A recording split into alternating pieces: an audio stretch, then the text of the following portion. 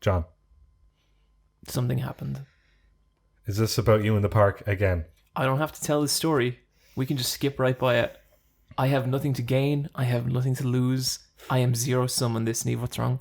You started this, and just the way you told me this story was so upsetting. John, you're real proud of what happened. I'm not proud of what happens. You keep telling us about it. I just told you to, and it's just because of my Catholic brain, where the moment I do something wrong, I feel a need to confess it and cleanse my soul. Go bother a priest. You're my priest, Niamh. A priest would love to hear this story. This is, Yeah. like the priest would be like, oh yeah. He goes out to the nuns afterwards and is like, girls, got a knee slapper for you. You're not going to believe this. I wonder how many Hail Marys I would get for this. A shit ton. Hey. Yo. John, what happened in the park? Okay, so we can cut this out after, I'm just saying. But it was a Friday afternoon. I was going to go for a long walk in the park, about an hour and a half. I had an hour and a half podcast lined up to perfectly finish when I crossed the finish line. It was a Nextlander, and I was very excited. But around 20 minutes into this journey, my stomach starts to feel a bit odd, and I'm like, I don't like this. And so I'm like, should I turn back or should I pick up the pace? And I was like, I think I'll pick up the pace because I don't want to spoil this walk. And it was a nice day out. John, you can't outrun the runs. Okay. No, you can't. It's in the name. You see, okay. Are you guys, do you guys ever have like a distance to travel or a bus ride to get through and it's like, oh, I kind of need to go to the bathroom. But then it's like, but you know what'll keep me occupied on this travel? Trying not to piss or shit myself. No. No. Bryan, back me up here. You never hit the point of no return. You have to... Well, I never, like, honestly, the amount of times I have soiled myself, counted on one hand I could, like, in my entire life, birth to now. When you commute, you pack and have all your fuel and stuff on a full tank, but you yourself have an empty tank. Okay. Do you know what I mean? I don't, Bryan, it's not, I'm trying. Okay. Look, you were hurting for a squirting. Okay, so that's the thing. As it goes on, it starts to get worse and worse and worse, and I'm like, this is no good. This is just bad. I'm really starting to feel unwell. And the moment I feel like I hit like a critical limit where the thought, John, you might actually shit yourself, that comes in perfectly, I would say, at the point of no return. You know, the point where I am far enough away from the house that it doesn't matter if I go forward or it doesn't matter if I go backward. It's all the fucking same, you know? I have to just keep going. And I'm like, okay, I'm going to complete this walk. And at this point, I can no longer enjoy my podcast. I feel like it's nearly making me want to go more because I feel like the information going in through my ears, it's like there's not enough space for it in my body. And Did you turn it off? Yeah. And I start sweating real bad. And I'm like, this is really, I hate this. I really hate this. And then like the movement of my walking starts upsetting me. So I would say every 5 or 6 minutes, I have to stop in the middle of a large field and like lie down for a minute and just let my body settle. And I just lie there and I sweat. And it starts to get real, real bad. And I'm like, if there's one thing I know about myself, I am not the kind of person who shits in a park. I would not do that. Never in a million fucking years, okay? No, you wouldn't. What's wrong, Niamh? Just keep going. Let's get it over with. This is our podcast. We can talk about what we want. But it's like one of the it's like Toxic from Pokemon. Why? Because if your Pokemon gets the status alignment Poison, it does a set amount of damage every turn. Oh. But Toxic, it starts off doing less damage than Poison, but then doubles every turn to the point. And I'm taking Niamh. I'm losing like 50% HP every turn at this point, and it's real fucking bad. And so like I'm in this giant field, but like the reeds are up really high, and I start looking around. I'm like, if there's no one around, maybe I can get away. And there's some fucking dopey asshole, like I'd say 30 meters behind me with his stupid fucking music on, probably listening to like U2 or some shit. And because of him, I just have to keep walking, and I can't do anything. You can't judge this man, John. Where this story is going, you can absolutely not judge his dopey asshole. So I keep walking, and it's real. And like, this guy is watching me stop every couple of minutes and lie down and then get up like 40 seconds later. And I'm going, and then finally I get back to like kind of civilized ground. And this is a scary point, because part of me is like, no, John, run back into the reeds and just let this end. Don't keep going, because if I go back onto the road, we're talking pedestrians, we're talking cars, we're talking like it is a zero sum at that point.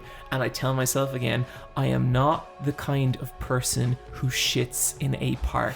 That is not who I want to be. That is not who I want to raise my children. That is not who I want to die as, okay?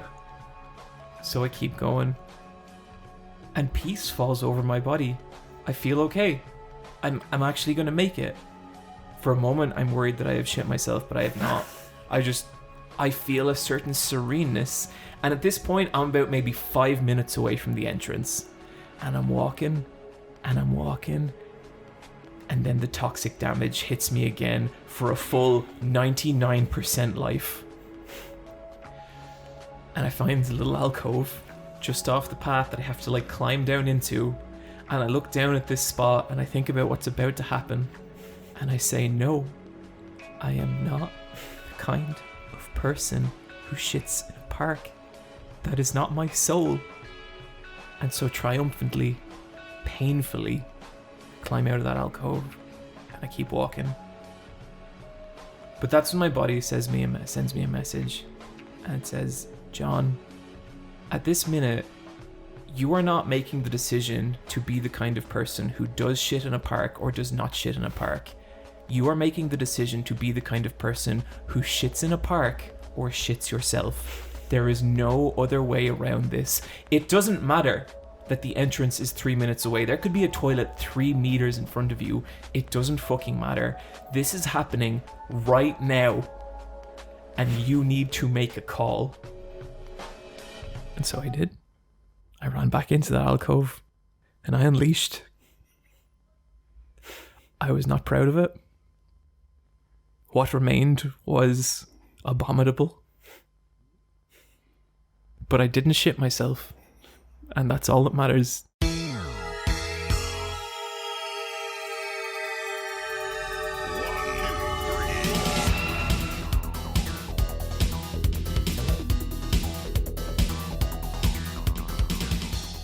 Welcome to the Let's Fight a Boss video game podcast, the world's strongest video game podcast. I am sitting here with two of the most impressed people I have ever seen. Guys, thank you.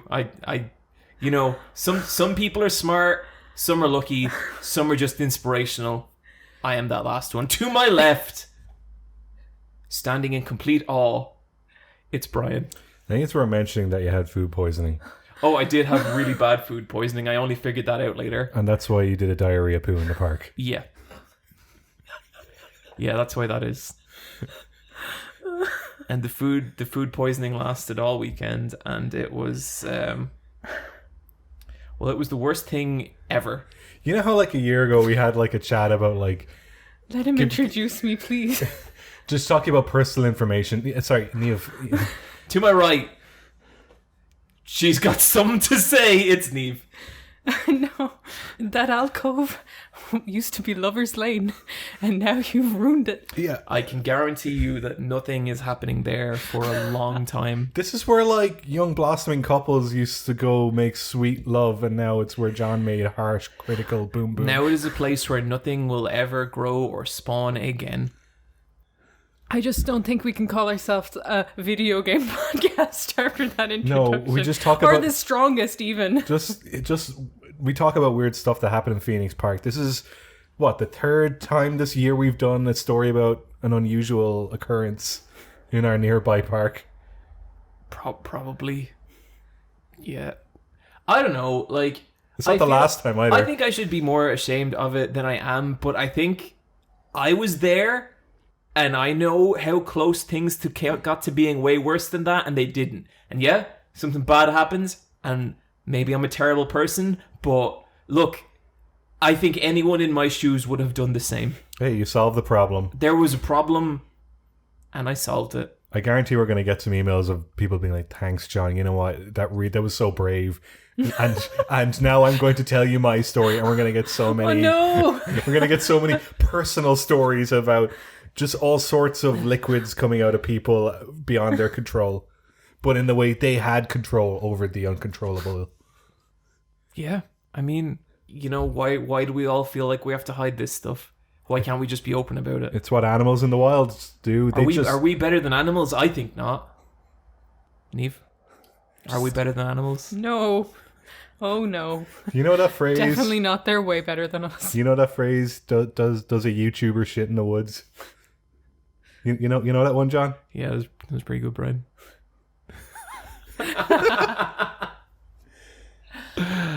Oh, how are your guys' weekends? Chill. Yeah. Like, I was on antibiotics and they kind of suck, but it wasn't as bad as food poisoning, that's for sure.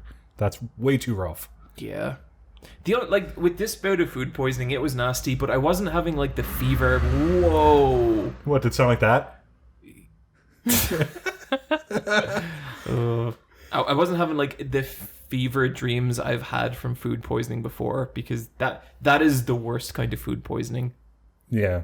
Niamh, you got a new tattoo or you got some touch-ups? I got more of my sleeve finished. Hell yeah. But I have another session. And so that in a way is its own experience. Yeah, it's a pain you can control and walk away from. Just like my story. Yeah, the exact same thing, John.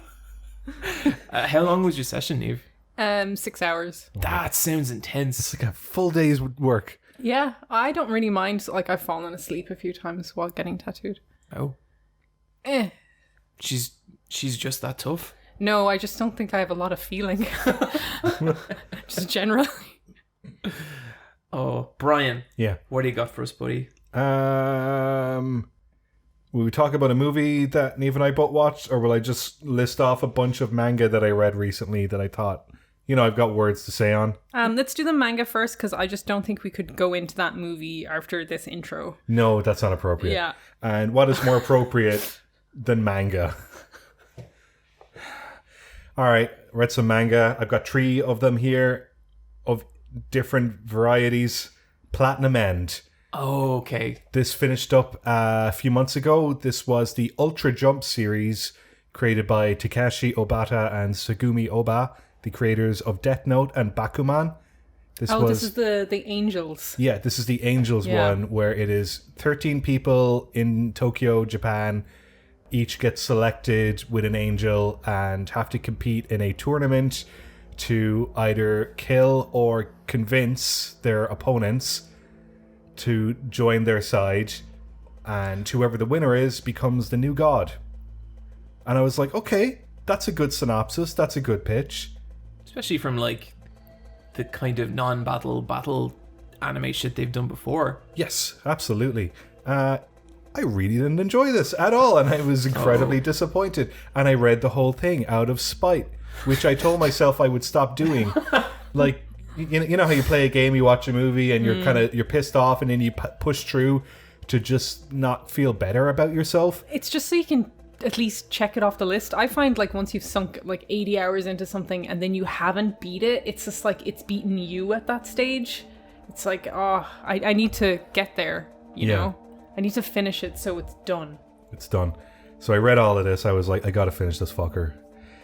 The first 50% of the story I really, really didn't enjoy. And I'll get to that in a bit. Then 50 to 80%, that story chunk, I was super into it. They introduced a couple of new characters and a new dynamic. And this was kind of like the second wind of the kind of main over arc. But then in the last 20%, right up to the end, absolute bullshit. Like, just horseshit. I don't know how to describe it. I have some questions as someone who doesn't know anything about this. Does any of the humans and angels kiss? No. Oh. No. And like, some of the angels are just like little twinks, and then other ones are just like big himbos. and some of them are like male looking, some of them are female looking, but there's a couple of female angels and they just have like big giant boobs. There's one where it's a really fucked up old angel with like really saggy boobs, and I actually really like that angel's design because it was like that angel's been around for a long time, and the other angels don't like that angel. But the way the angels work is they kind of work similar to the Shinigami in Death Note, where they're kind of just like hanging out in the back and they don't really intervene. They're just kind of enjoying the humans doing what humans do best, which is just make poor decisions. It's definitely not as clever or as kind of cat and mouse based as Death Note is. There's one or two kind of characters that are kind of like the Light Yagami or the L, where like they're always a couple steps ahead of like what's going on, and they have their kind of motivations and they kind of treat the thing as a game. But for the most part, you have the main character who is just incredibly unremarkable, doesn't have a good character design either, like he doesn't have interesting outfits. Same with the female lead, and they both end up in a relationship together, and it's just not thrilling and enthralling in any way. I thought the worst part of Bakuman was the love story, the subplot, and it was just they cannot nothing. Do romance. No, like even in at Death all. Note, like they should just stay away from romance. It is not their strength. Like their strength is non-battle stories, and for a decent chunk it's non-battle until they get these Sentai Ranger suits, and they're basically superheroes. But the way they work is that it's kind of like the angels are invisible to anyone who doesn't have an angel, but the angels can allow you to fly and also shoot arrows. But to a normal person, they look like they're just flying superhero rangers that have like beams. And the beams are either an insta-kill beam or a beam that allows the person to be shot. It's like a Cupid's arrow, where they fall in love with you for 30 days. And so I think there was something similar in Code Geass. And so they kind of used that to their advantage to try and kind of win people into their favor or manipulate people. And there's like, a couple Bryan, even just hearing you explain that, like, compared that premise with you write a name in a book and they die. Yeah, like so much more simple. It's so, because I've read the first 20 chapters of this as well, and like I remember reading over that premise and just being like, that is so not clever and convoluted. Yeah, and there's one or two kind of tricks where like the story sets out a bunch of rules, and I like when they box themselves into a corner with these very hardly set out rules that they have to solve in a creative way, because Death Note absolutely explores that and comes up with a lot of different gotcha moments. But this doesn't do that. And the fact that it's an Ultra Jump means it's every month. They're longer chapters, but the pacing and payoff just isn't there. And in the second arc, they introduce a bunch more characters, because the villain of the first arc is fucking terrible. He's just a guy who loves his little sister. Like, that's the character. You're supposed to feel bad for him, apparently. Like, he's shit. But then in the second arc, they introduce a bunch more characters. One is an Instagram influencer. Another one is just this like two different kids. One's like a happy kid. One's like a little shitty kid. They're both really fun. But then there's this other guy who's like a Nobel Prize physicist who's written a bunch of award-winning books and is into chaos theory. And he's interesting because he's like, I don't believe in God. And they're like, yeah, but they're angels. And he's like, I think it's a scam, and we're going to prove that God doesn't exist.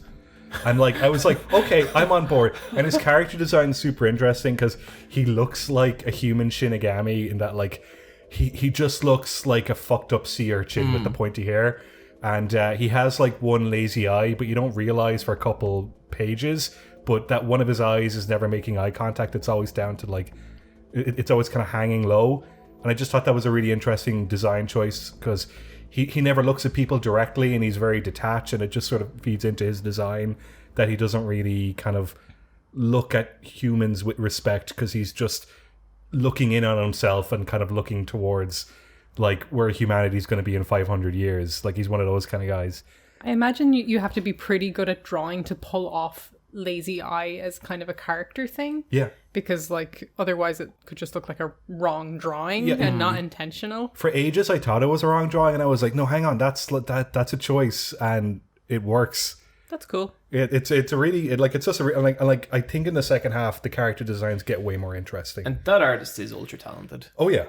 Takeshi Obata is fucking crazy talented.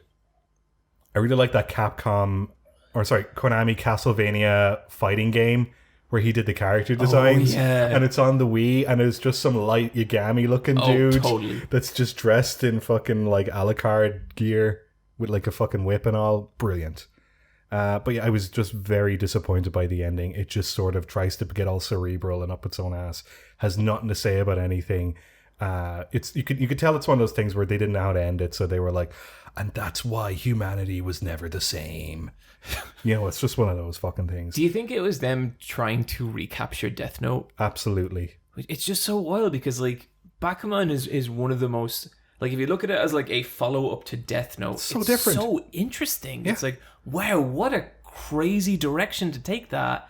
And it feels like Platinum End was the complete obvious thing. Yeah, it's such a dull like byproduct of what they've made before. It's like, here's all the ideas that they didn't use in Death Note. Yeah. Well, I could be curious to see what they make next, because I know in between, towards the end of Platinum End, they did that Death Note new chapter, what was it, last year or the year before? And that was really interesting. So like, they could still, pull a story out of nowhere and make it happen. Just with this, it just felt like they were... It felt like they had a notebook full of ideas for Death Note, that just never got made. It doesn't feel as inspiring or kind of as hype. Yeah. So that was a bit underwhelming. I wouldn't recommend it. I read the whole thing and I thought it would get better, and it did get better. How many chapters was it? It's hard to tell because I kind of read them in volumes. I think there's like 14 volumes. Cool. What else you read? I started reading Gleipnir. Oh yeah. I am loving Gleipnir. Gleipnir is some gourmet trash. Yeah. So I love Gantz. I love Jigan. I really like body horror, seinen, shonen action in which the protagonist is in a situation where their body gets a little bit fucked up. And this is that. It's about a teenage boy whose name I can't remember. He doesn't matter. He doesn't matter. Anyway, there's a really mean girl in it called Claire, and she matters, doesn't she, John? She's pretty good. And it's kind of like a werewolf manga in that he turns into a wolf, but the werewolf isn't a werewolf. It is a wolf fursuit from a theme park. And yeah, he looks like a giant mascot. But like, he gets down on all fours and starts transforming, but it turns into like a costume suit, and he's like, why do I look like this? And it has like a prop gun and everything, but then he realizes the gun works and he can shoot bullets, but he has a big zipper on his back, and the mean girl figures out that she could go inside him and pilot him like a mech. If she unzips the zipper, he's like guts inside. Oh no. Yeah. But she climbs into that. Yeah. For a minute I was like, it's like Rilakuma, and then you said that and I was like, no, it's not like Rilakuma. Like that's what Rilakuma is, Niamh. It's a really fucked up Rilakuma. The manga is pretty good. The drawings are great. Sometimes they're a bit hard to follow, but like, they're very loose. I should check that out. I watched the anime, and the anime is like fine production wise. There's some great drawings in the manga, and then there's some kind of like, sometimes you have to study the panels because you don't really follow the flow of action. Yeah, okay, I get you. And there hasn't been that many fights, because I guess the story is that there are these coins that are aliens, but the aliens have encoded themselves on these coins, and one of the aliens never made himself a coin so that he could like carry the aliens as coins with him. But then it's so weird. But then the spaceship landed on a mountain, and there's coins all over the mountain, but some people have been cursed with these abilities, and it's kind of like, people have different power-ups, but some of the power-ups are really cool and some of them are super lame, and then some of them are just kind of somewhere in between. But it seems like a bunch of people have turned into various kinds of furries. Yep, that's basically what happens. Yeah. As it got to the part where another girl climbs into his suit. Yep. Whoa.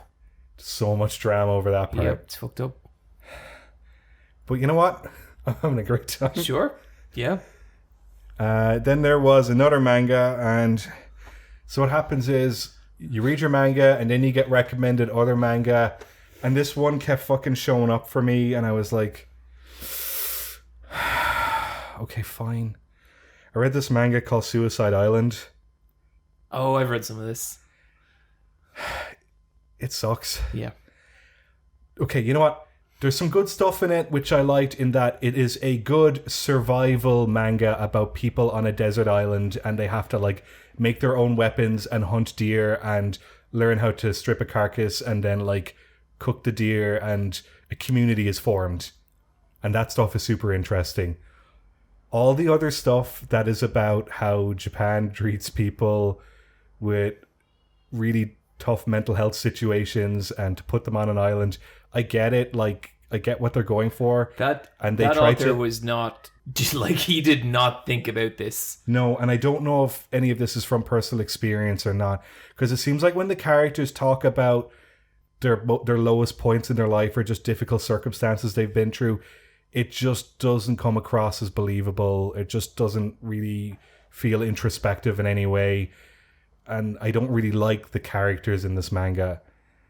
But the survival stuff was super interesting, and I kind of wish it was just that. And also the author gets super interested in the survival stuff and starts putting footnotes, and I loved that stuff because it was like, oh, okay, you found like your Golden footing. Kamuy was full of that stuff, and it was so interesting. Like I like when that happens, because you could tell like the author has to go off and research stuff for new chapters, and then they end up kind of like putting that in the story, and that stuff is really fun and nice, and it's like these like little details that the author is excited about, so you're excited about.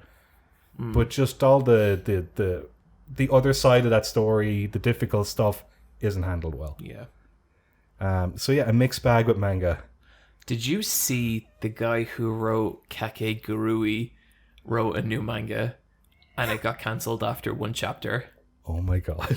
Why? The premise was that, and I haven't read it, but the protagonist, his job is to kill all the main characters of all the isekai. So he had to kill Kirito, he had to kill the guy from ReZero, he had to kill the slime from the Slime one, and it was barely trying to hide that those were the characters. He was like, fuck it, I'm just going to use them. It lasted one chapter and then just disappeared. That's kind of great. Yeah, I think it's pretty good. I'd rather read that, to be honest. Yeah. Anyway, I'm gonna read some more manga. It's just I've gotten to the point where I'm getting recommended stuff that I normally wouldn't read or wouldn't be super like hyped to read, but then sometimes it's a pleasant surprise because it's fun bullshit. But then other times it tries to be way too navel-gazing and isn't worth your time. There's a manga you'd probably like. It had a Netflix special come out there. What's it about? Highrise Invasion, I think it's called. Highrise and the Invasion. Netflix adaptation sucks, but it's something I read like 100 chapters of like 2 years ago. Like, it's not the best thing in the world, but it's got kind of fun trash. Basically, a girl wakes up on top of a skyscraper, and there's this masked murderer trying to kill her. And the skyscraper is connected to other skyscrapers with bridges, and she can't see the bottom of the skyscrapers. And so it's her trying to make her way through the different skyscrapers. And then, like, this is the first chapter, so I'm just going to say it, but like, she kills the guy with the mask, and then a girl with the mask shows up, and she's like, oh no, and it kind of just goes from there. And it's stupid, but it's fun, and the drawings are really good. That's a good gimmick. Yeah, I had a good time with it. I'll probably never finish it, but it was cool. Maybe I'll start it. Guys, I watched nearly all of Odd Taxi. Oh, I love Odd Taxi. Yeah, that show just gets better as it goes on. That walrus is very good. Because I feel like it lands you like at episode 1, and you don't really know like why anything is happening or why I feel like that show does kind of start like halfway in nearly. And it's got a particular vibe that you just have to get used to. Yeah, definitely. I'm pretty sure it started off live, and I could be wrong, but as an audio play, and that makes a lot of sense for the tone of it. Yeah, totally. A lot of it's very spoken word. Yeah. But the further you get into that, it's like the more the characters just keep like clicking into place, and it's like, oh wait, so this person did this, which made this person do this, and now that's affecting, and it's kind of fascinating how it all like clicks together. I really like the visual style of it as well. Me too. Oh, yeah, Like, sure. it's so simple, but some of the character designs are so cute. It's very smartly made as well. And like, it's like, you can tell it probably did not cost a lot of money to make. No. But they're smart enough with it that it's like, it never bothered me. It always looks nice. Yeah. Like, all the backgrounds are nice, and a lot of characters are sitting and talking, but it's like those characters are drawn to perfection. Yeah, they and are. like there is not a hint of like Saga or like really nice animation in this, but it doesn't need it. It's super cute. I want plushes of them all. Yeah. I really like the comedian Warthog. Yeah. His design is so cute. and like it's the kind of thing where the place I am now, the like plot twists that are happening is that this character actually knew this character the whole time, and it's not even a plot twist. It's more just like, you know, character from subplot C and character from subplot E actually have this relationship, and that's why they're both acting the way they're acting.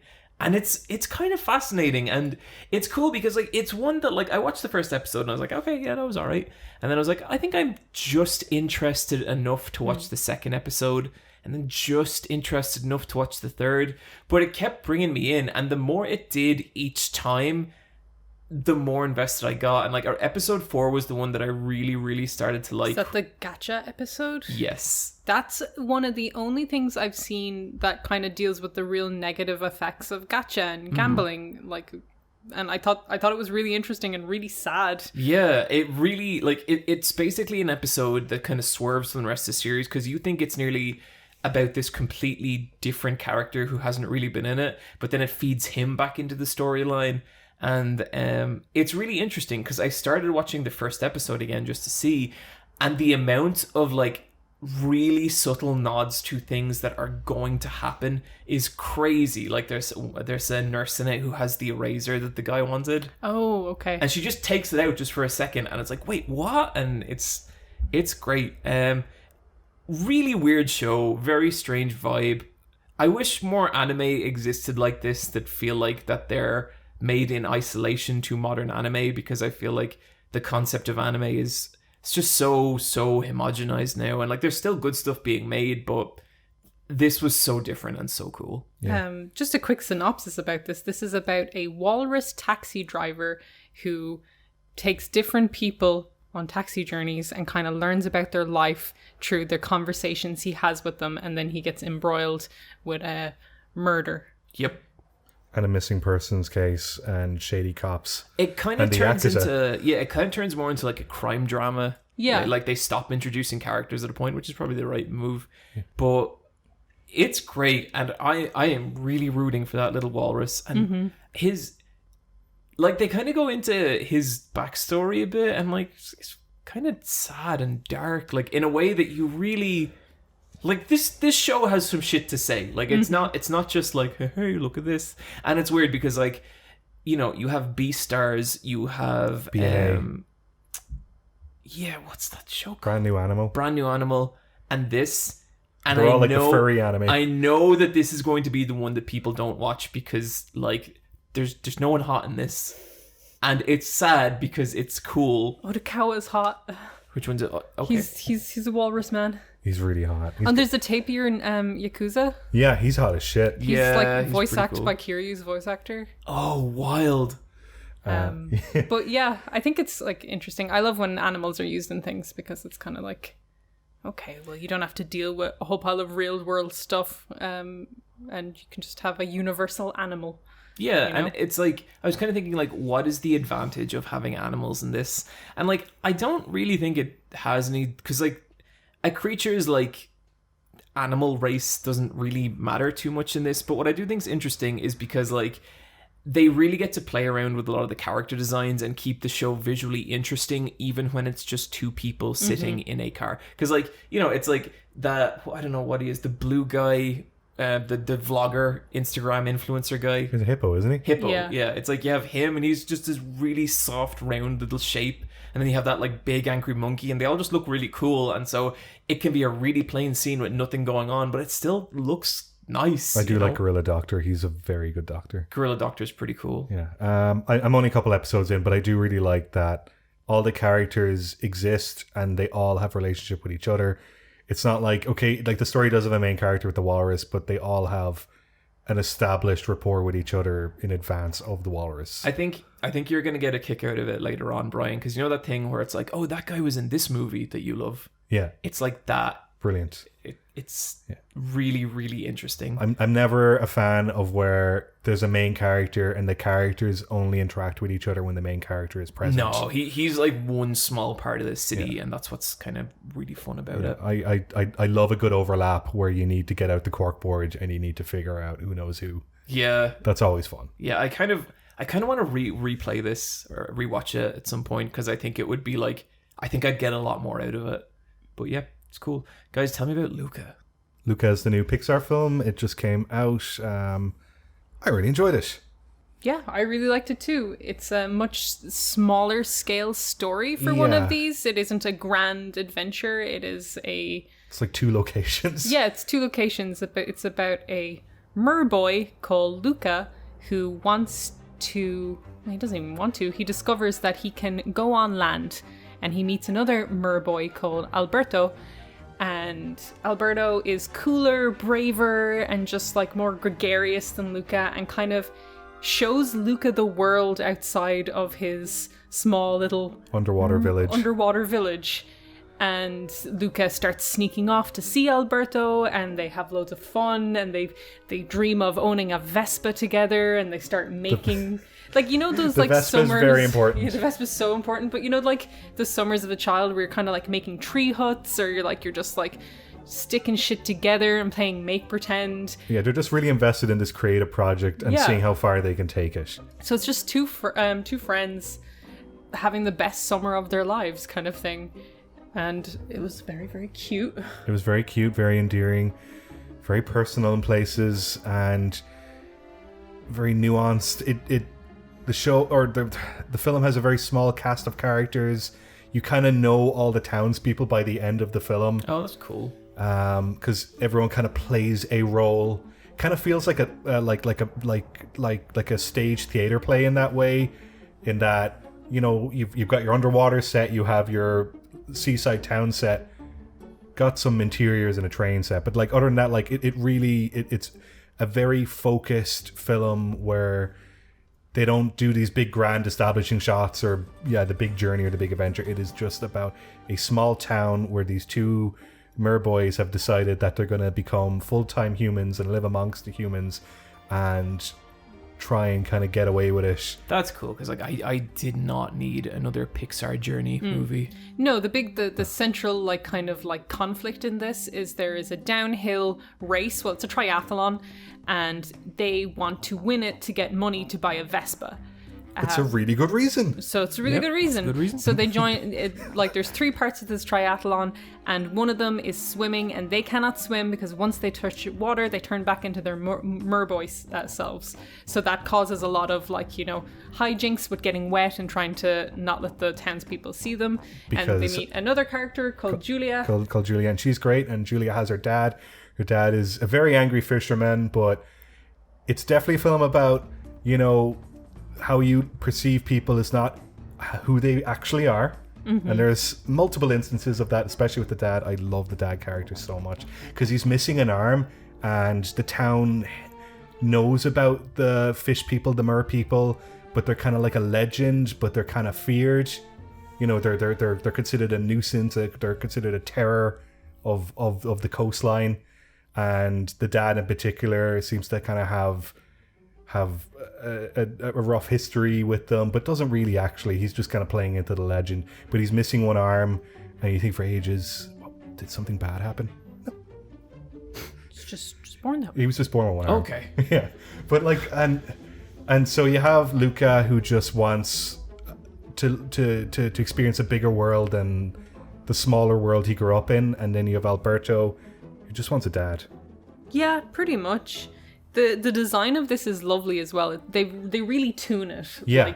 It doesn't have like Pixar animation face. They let there be cutouts. Like a mouth and profile is a cutout shape. They use special rigs, cool. so like when the mouth turns sideways, you can't see inside the mouth. Yeah. So it's done like a storyboard drawing, but in fully rendered and lit 3D. That's right. The director Enrico Casarosa, he's actually like Italian.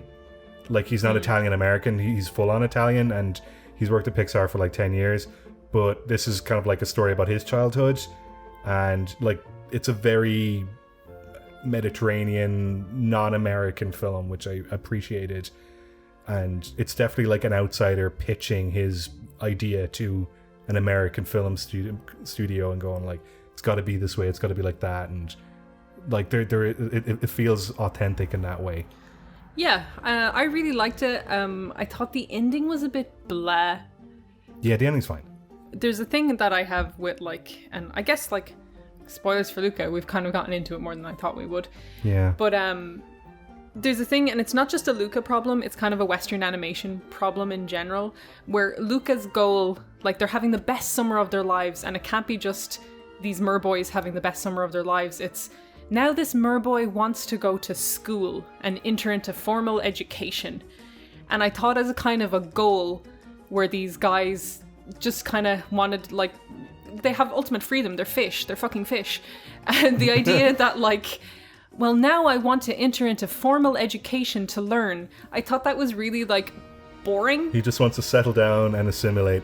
It's like this kind of, like, you have a monster character, and the plus of a monster character is, like, you know, monsters, we can learn about ourselves through how we treat monster characters. You know, they're the others in the situation, and I really don't like when monster characters want to assimilate into normal society, because it's kind of not about learning to accept difference, it's learning that difference can be assimilated into the grander norm. And it's like, he didn't have to go to school to learn, because the other kind of the B story is Alberto and him could travel the world together. He can learn through traveling, or like adventure, or just reading books, or going to some museums. It's like, the idea of going into formal education was kind of a little bit of a bummer to me, as like, it was the first summer of their lives, and then ultimately the last summer of his life. Yeah. And just... That kind of thing used to bum me out a lot as a kid, when it was like, I want to be a real boy or go to a real... And I was like, why? Yeah, why? It definitely is Pinocchio by the end. And like the story, like there are nods to Pinocchio in this film. That Pinocchio story bit where they have the drawings of the chunky. Yeah. Oh my god. It is... He's kind of like the Little Mermaid in that... He's gay. Yeah. Also the film. It's a really strong gay allegory. It's like two gay boys go to the city to be one's more out than the other one, but yeah. also they don't want to be outed, and when one is outed, the other one joins the sidelines and others him, which was rough. Yeah, so it's like a really good allegory for that stuff. I also really liked how there's those two old ladies and they're always walking together, Mm-hmm. and then you find out that they're mer people, but it's like, yeah, of course, they're just two old lesbians. Living in the city. Like, I do like that everyone who's gay is a mer person in this. Yeah. But that kind of then made it sad as well, because you have this allegory that really works, and then then becomes again about assimilation by the end of it. And the director pushed back against the gay allegory that people were talking about. But then again, as I say, with the whole monster and the kind of assimilation, it's kind of like, that's where that allegory breaks down. At some point during the pre-production of this, I thought, or like, you know, during the lead up, I thought I saw articles being like Pixar making their first gay movie or whatever. It's definitely not about this one. Okay. They're always making those their articles. First one, yeah, that's just like fucking marketing buzz for that stuff. They've done so many times. This is Disney's first gay character, and they've done Yeah. it a couple times now. And They're sure. doing like, Loki's canonically a bisexual. Will we do anything with it? Oh, fuck no. Loki's gender fluid. Yeah. Actually, in Loki now, he's met a female equivalent of him called, female Loki, but she's called Sylvie. And you can tell that they're probably going to match them up together, and it's going to be like, no, it's like a form of self-love, but also in a way that we can market it worldwide without stigma. But yeah, it is. Sure. I really, really like the story between Alberto and the dad. I love a good father-son story. His arc was my favorite part of the film.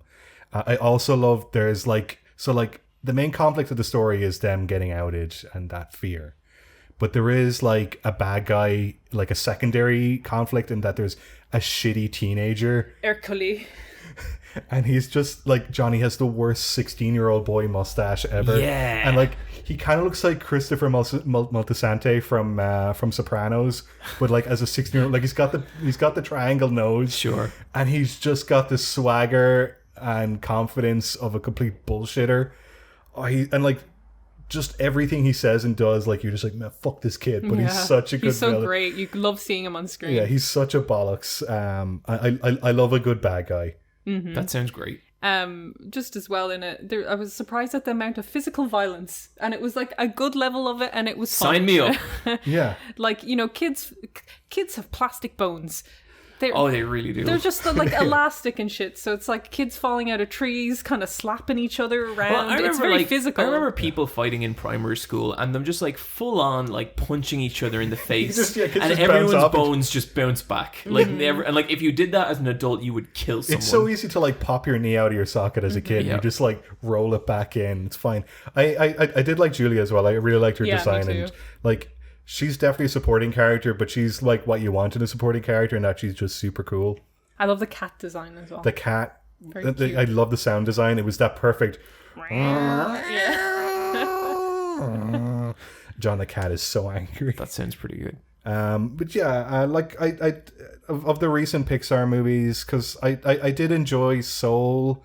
I liked the like Afterlife stuff a lot. I thought that stuff was really cool, and had the Trent Reznor Atticus Ross soundtrack for that stuff. Sure. So I was like, cool, yeah, let's fucking do it. Onward, I can't remember. I hated Onward. Thought it was awful. Not for Niamh. No, I don't know who it's for. And I didn't watch Soul. Just.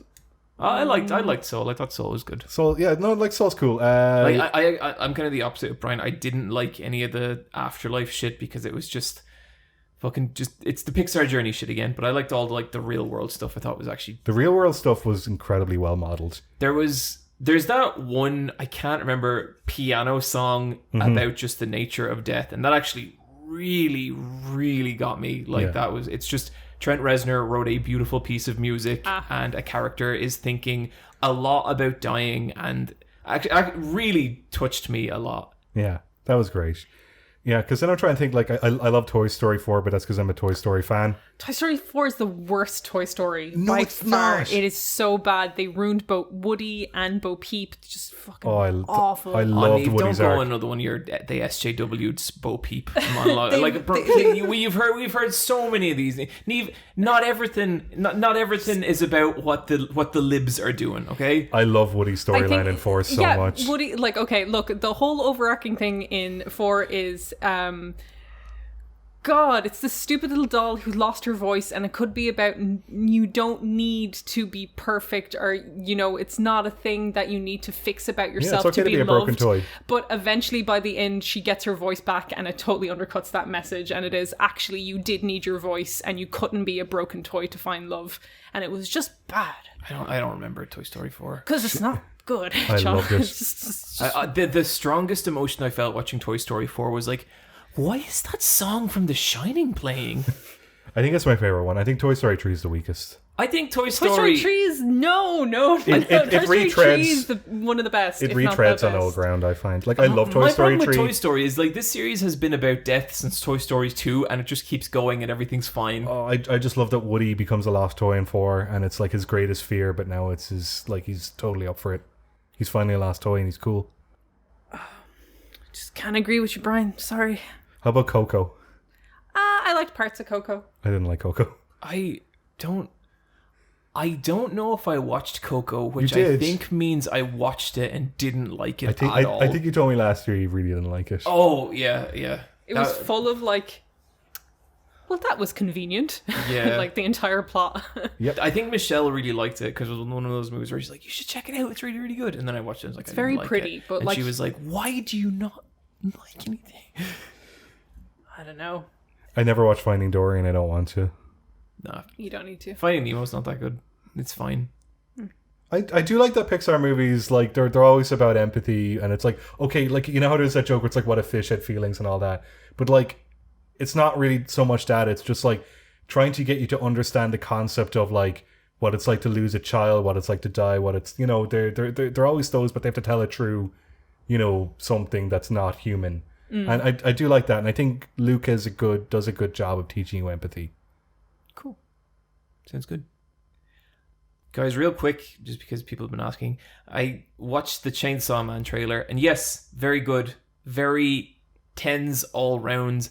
I really, really liked it, and it has me really hopeful that the people who made that trailer at least really understand Chainsaw Man, and like especially in the sound design of it, because half that trailer is like just the softest, most lovely music and just so serene and so nice, and then it's met with just this fucking just guttural clanging metal that is so harsh and disgusting, and that's Chainsaw Man. It's just the softest shit you can imagine, coupled with the most fucked up, violent, disturbing stuff. The sound design at the end sounded like a slaughterhouse being turned inside out. And that's what roughly 1/4 of Chainsaw Man is like to read.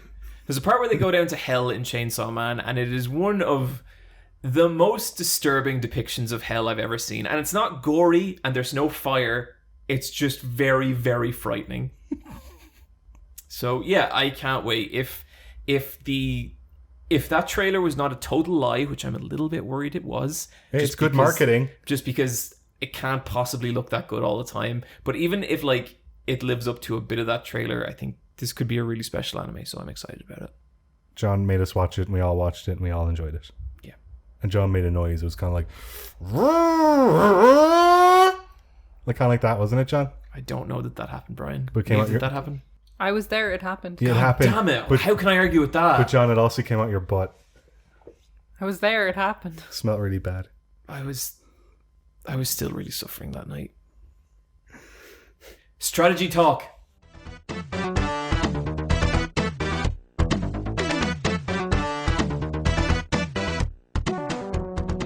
Do the voice, Niamh. What? Niamh, have you got enough water? Yes. Of course, Sorel. Why don't you just tell him how you feel? You remind me of Maxie so much. Before he went off to college, and I watched through the window, but then he was like, "There, get out of here, get out of that tree." I wish he was still with us. You're with Mama now. Down in hell.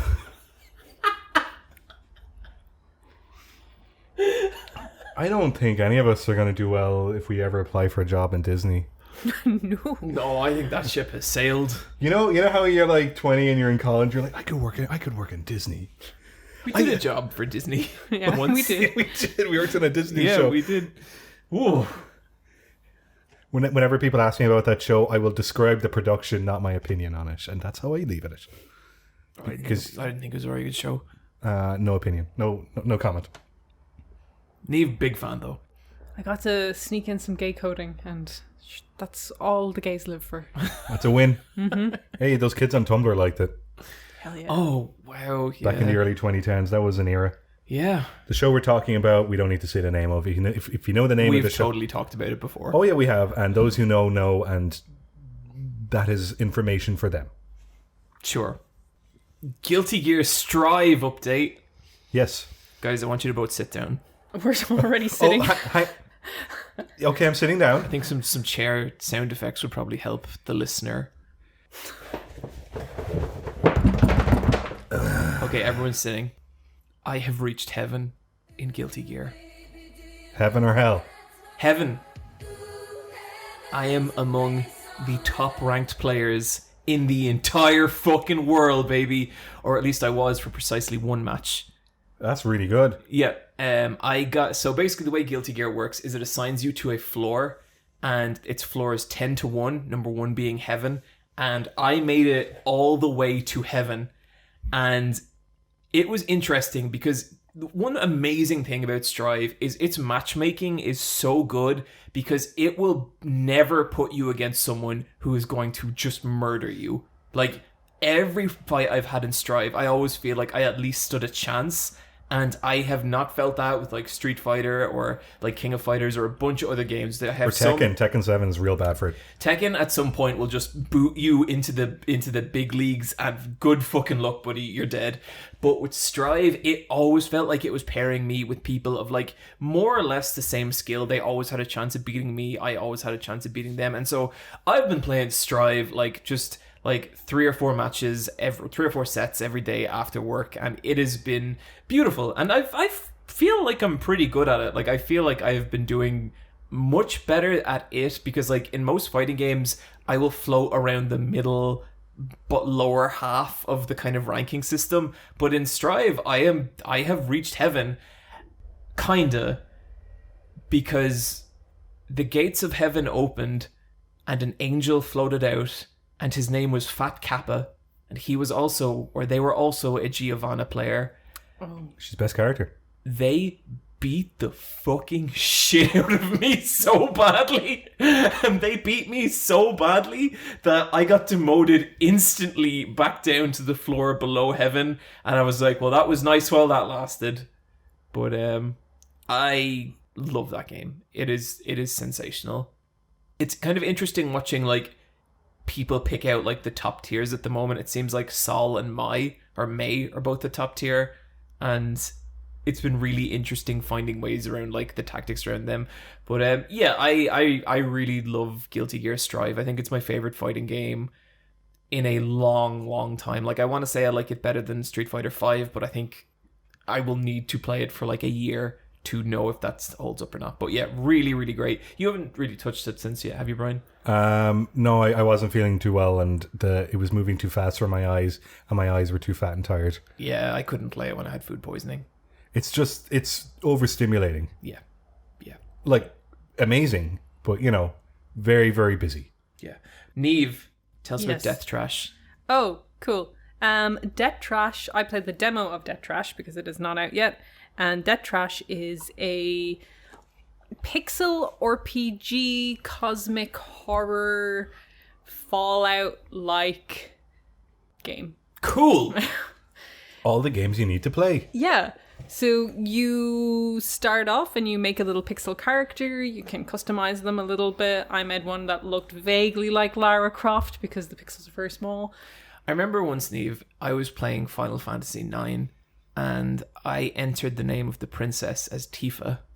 And a friend of mine said, you really need to get over that. Yeah, I agree with whoever said that. Now I want you to repeat what you just said back to me. Look, they have preset faces, and one of them looks like Lara Croft.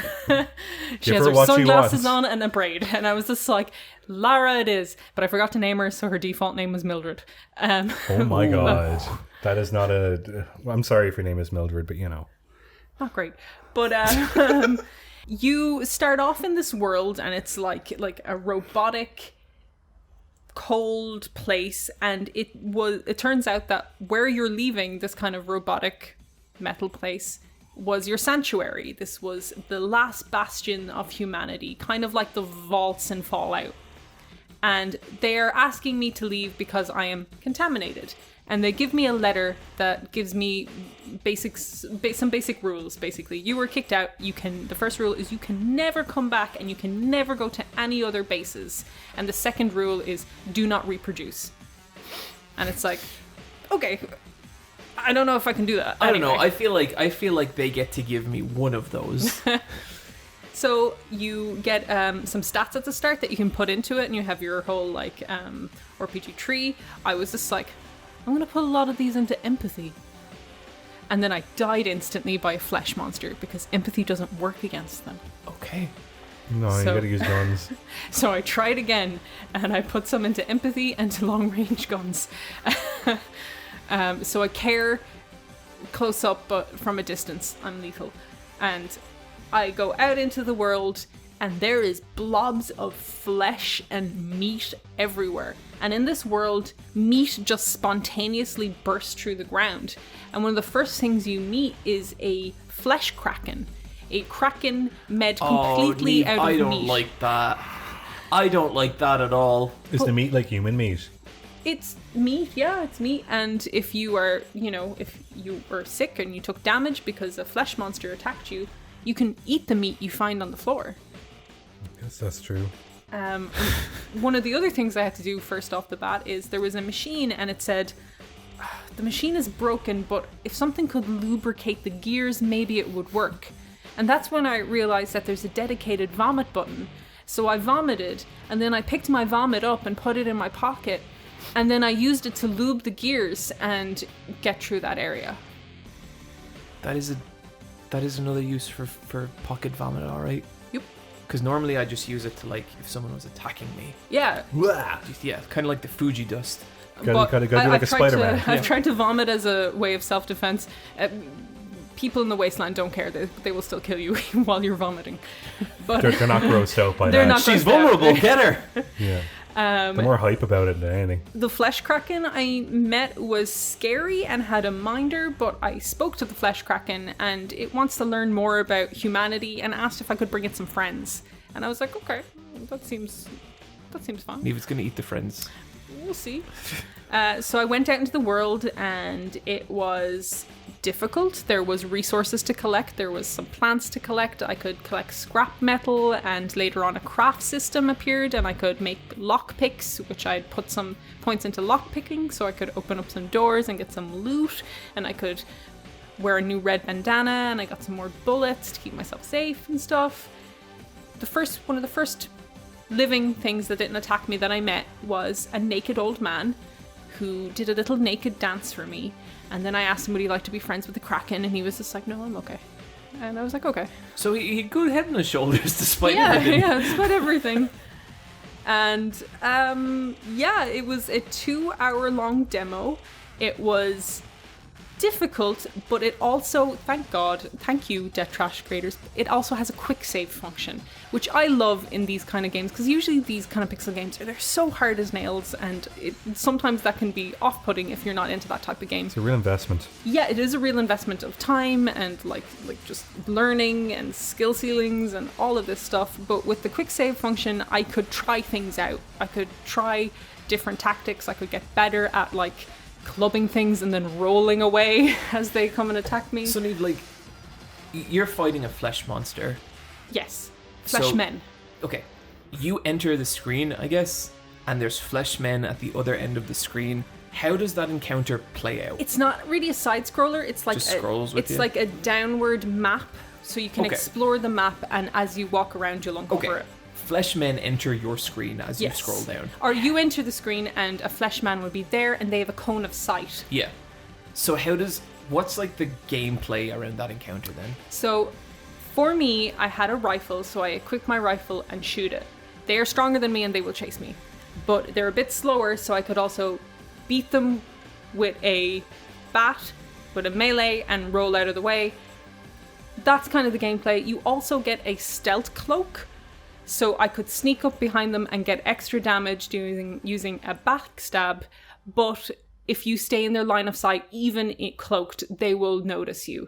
And the cloak, as you move, will deplete, but as you stand still, will rise up again. Right.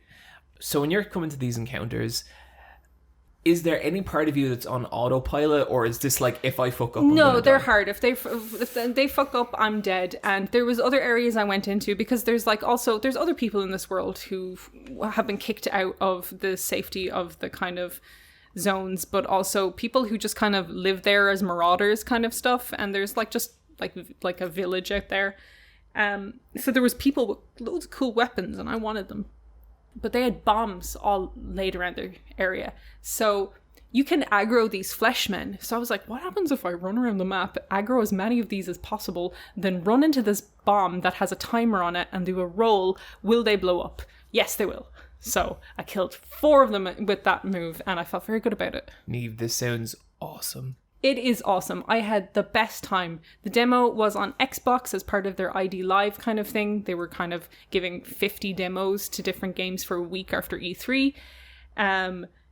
It is going into early access on Steam in August, and they said there will be around 5 hours of gameplay in early access, and then hopefully it will release in 2022. I'm probably going to check it out early access, because this sounds so what I like. I was very close. I might try it. I don't like playing on PC, but I was just like, I love this. I met a robot, and he had a flesh head because he wanted to be more human. So he put flesh on his head. Oh. But his body's broken, so he asked if I could take his head off and bring it with me so he could see the world. Wow. Just like the Great. snowman in Undertale. Sure. Yeah. And Olaf. Yeah. I'm looking at the visuals here. It definitely has like a late 90s PC era point-and-click adventure style to it, but you don't want sprite art. So the sprite art looks very detailed at times. Does it have like a shimmer to it when you move the camera around? Like, do characters kind of like breathe? The camera is in fixed position. It's in fixed, and okay. as you move through the map, it just pops you into new slides. Yeah. Yeah. Yeah, it has really cool visuals. Like, it kind of looks a bit like Carrion in that way. Yeah, the big red. Oh yeah, totally. That's Yeah. everywhere.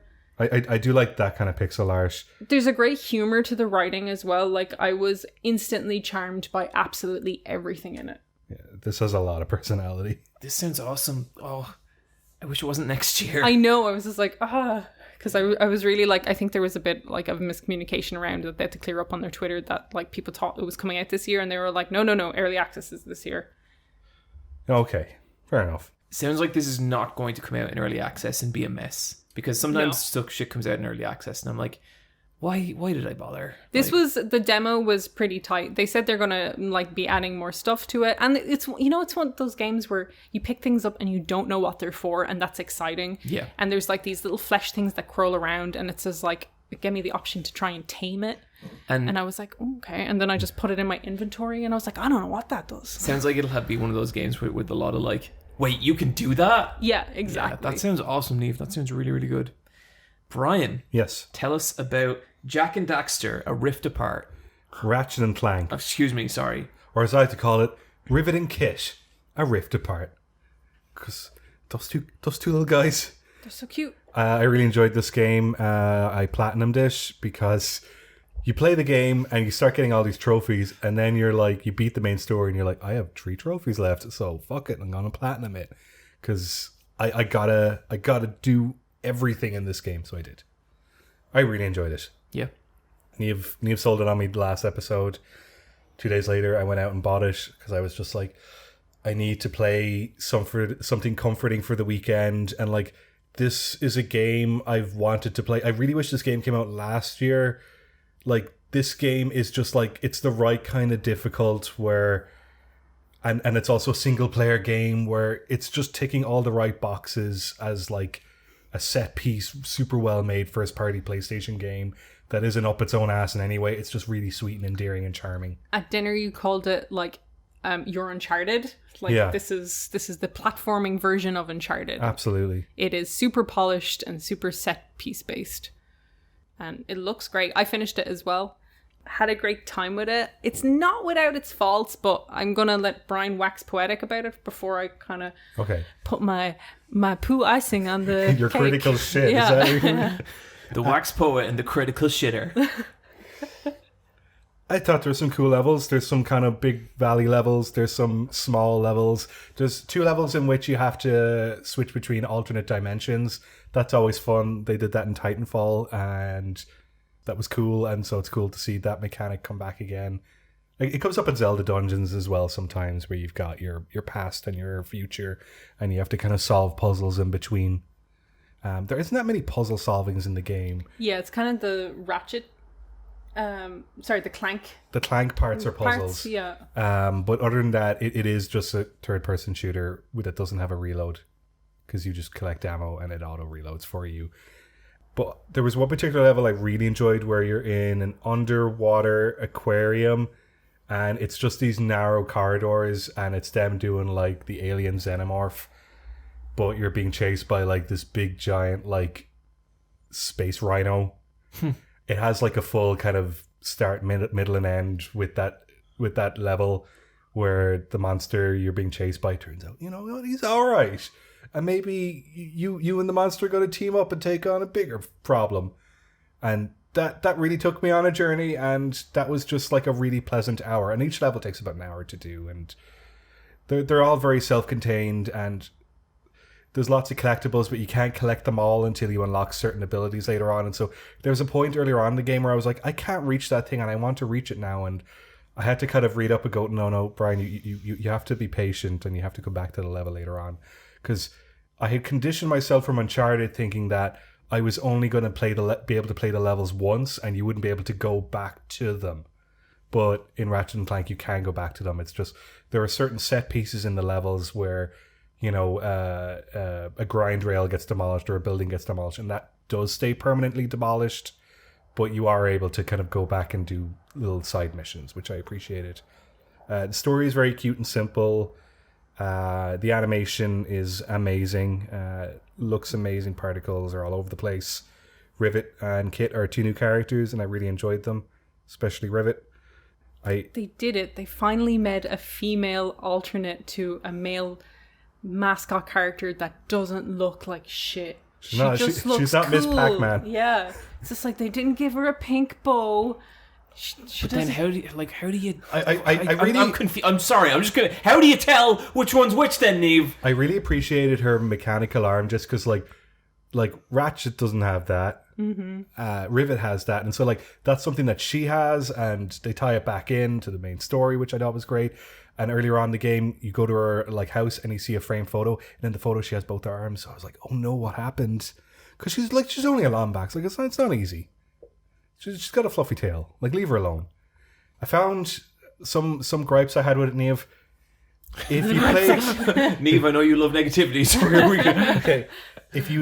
So the game has a dash hover blast shoe option, and you can like skate and you can go real fast. Yeah. And there was parts in the game where I was feeling very confident and I knew I could get from A to B and I needed to get there as quick as I could. If you go too fast in that game, you just fucking drop out through the world.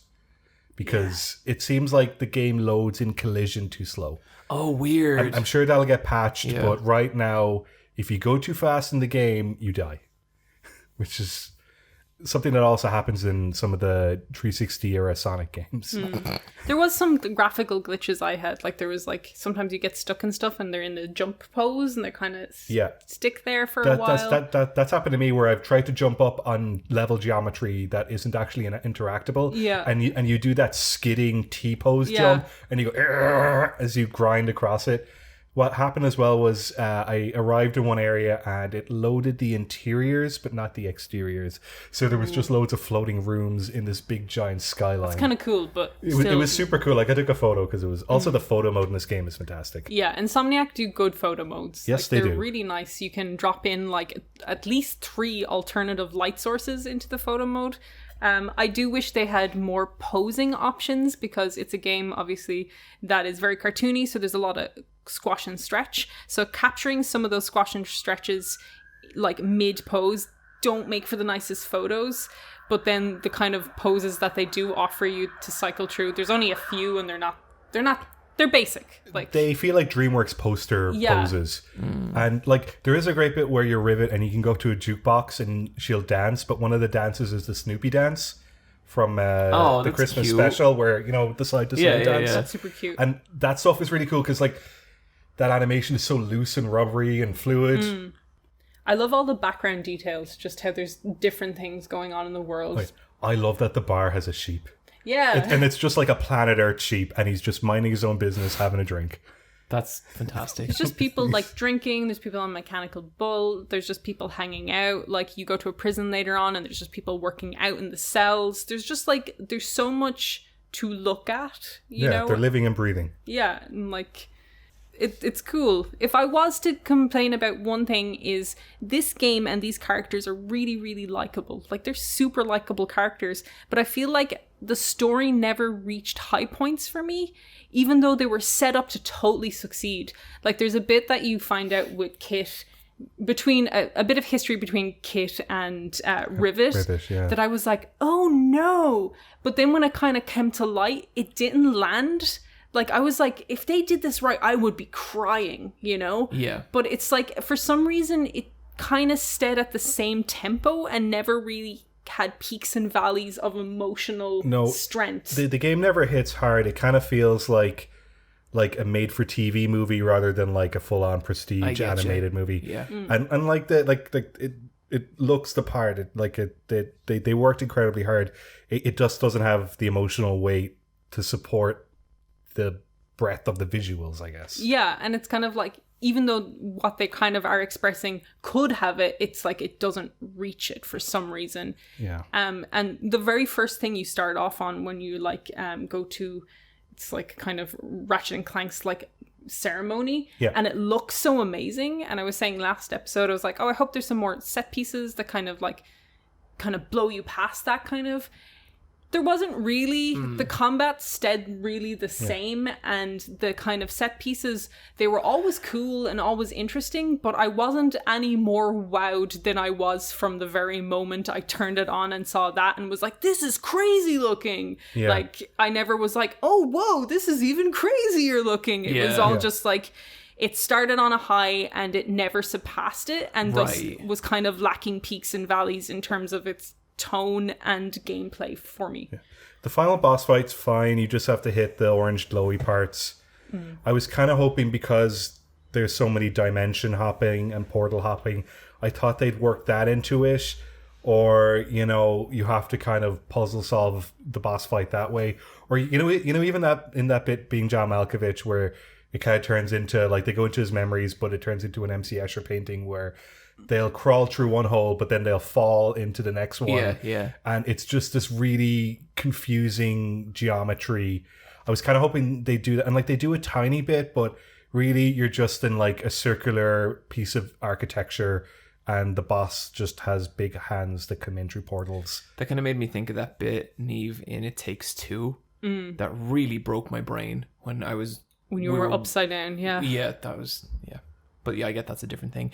It sounds good. Yeah. Yeah, it's very good. It's really good. Best PS2 game ever made. Whoa. PS2. PS2. Yeah, it definitely, it feels like a classic 2000s game made in 2021. Yeah. Fair. Guys, I beat Disco Elysium after what felt like a million hours. You've been playing this game for like 2 years. Yeah, something ridiculous like that. And like, I got it when it first came out. Yeah, you got it on PC without the voiceover. Yeah, and it has been a journey, but one I'm really, really so glad I took. I think that game is kind of incredible, and like there is like I really struggled to get into it. Like I think more than a lot of people did. It is just so obtuse, and it is so difficult to figure out what the game wants you to do, and even like not even what it wants you to do, but how to do it. Because like you land in that world, you're given a bunch of like leads to investigate. You have to go talk to people. You have to figure out like, well, wait, how do I then activate this quest? And sometimes there's the frustration of like, oh, I know what this person wants. They want this from this person, but how do I make those ends meet? And that's stuff like that gets really frustrating.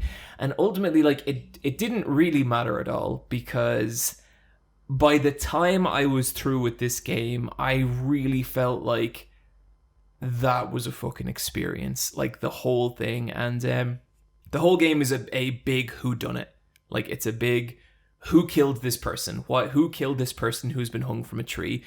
And it's such a smart, clever mystery. And like, Was it you? It was you. Knew it. No, it wasn't. There is a really brilliant bit where like where you're the guy you play as, Harry, who's just the most fucking useless, broken human. He was like, oh shit, I think this was me. And then like your partner Kim, who is one of my favorite characters ever, not because he's really cool or he does anything, he's just the one sensible character in this world of fucking madness. He sits you down and talks you through how you couldn't have done it.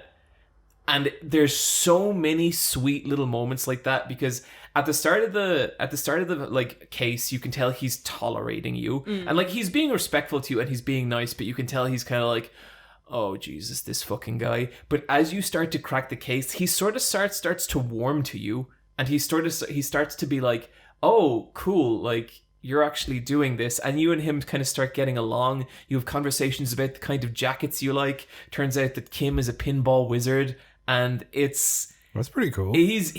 He's the best. He's like just the sweetest, coolest character. And like by the end of the game, I was like, if anything fucking happens, Kim, I swear to fucking God. But the thing is, like, there is so rarely points of danger in this game.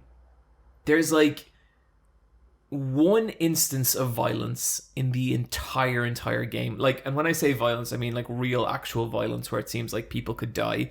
There's like edgy situations up until that point, but when you get to a point where shit actually starts to go down, like when guns are drawn and people are ready to kill, it's like fucking frightening, because you've been in this world for like 20-30 hours and you haven't encountered anything like this. And like I was like panicked. I was like, wait, like who can die here? Like what's gonna happen if I choose wrong? And that was fucking brilliant. And like I really felt like the heat of that moment in a way that, like, you know, you don't unless remember, like, Bryan, when we were in London and those 20 guys were like, who are you? And we were like, well, we're about to fucking die. I don't know who I am. Yep. It, like, that's what it felt like. It felt so raw and it felt over so fast and it went so wrong. Like, I'm sure other people have made better decisions than I did, but I was, like, left shocked with what happens. And then, like, when you get to it all and you get to the center of the mystery and you find out who it was, it's like you've spent 20 hours in this, like, 20 or 30 hours in this, like, fictional town of Rivershaw or Martinez, whatever it's called. And you've seen all the good and all the bad. You've seen all the really depraved, horrible shit in Martinez. You've seen all the really kind of beautiful, hopeful stuff. And the ending, when you're sitting there with the person who done it, is just such a fucking great encapsulation of the whole thing.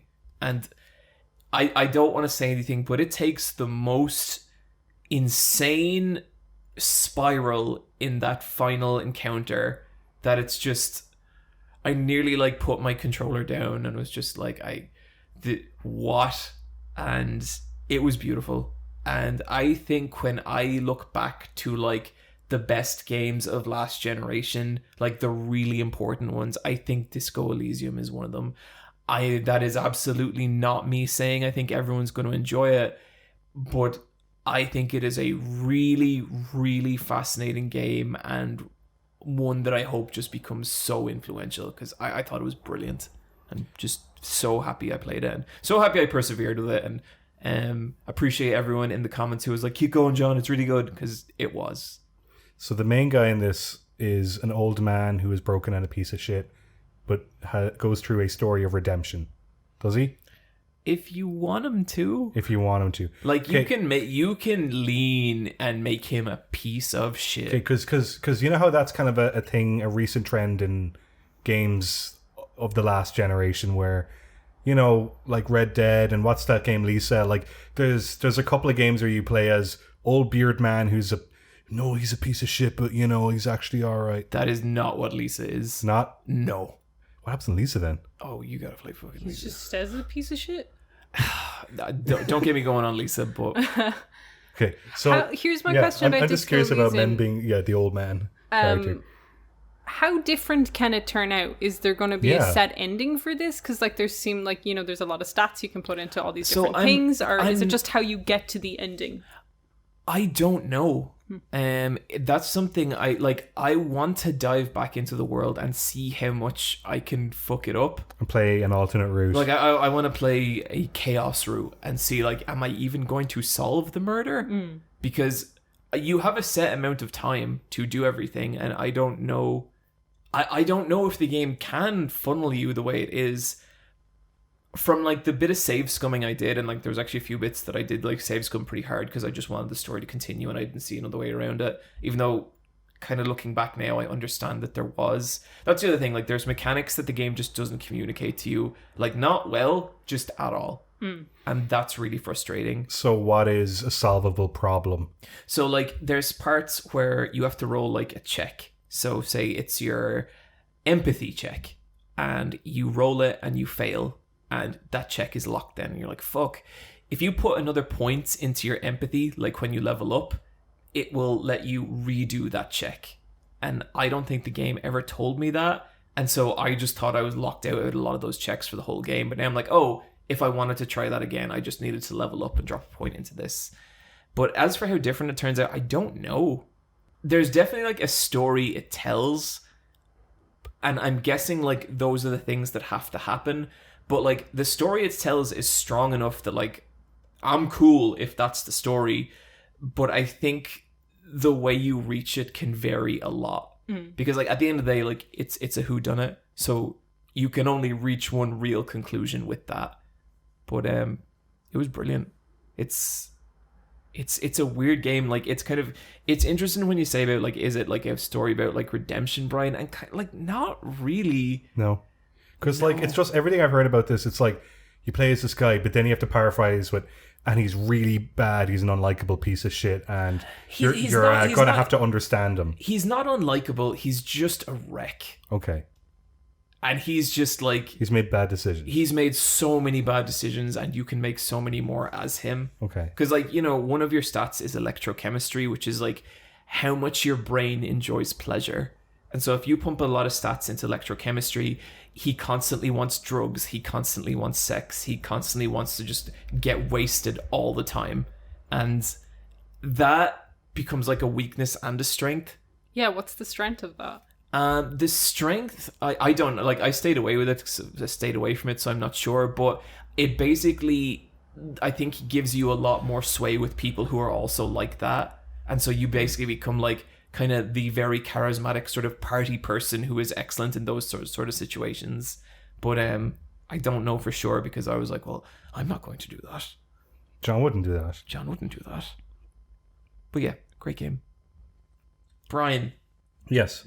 Tell us about Kaze and the Wild Masks. Kaze and the Wild Masks is a throwback to 90s platformers.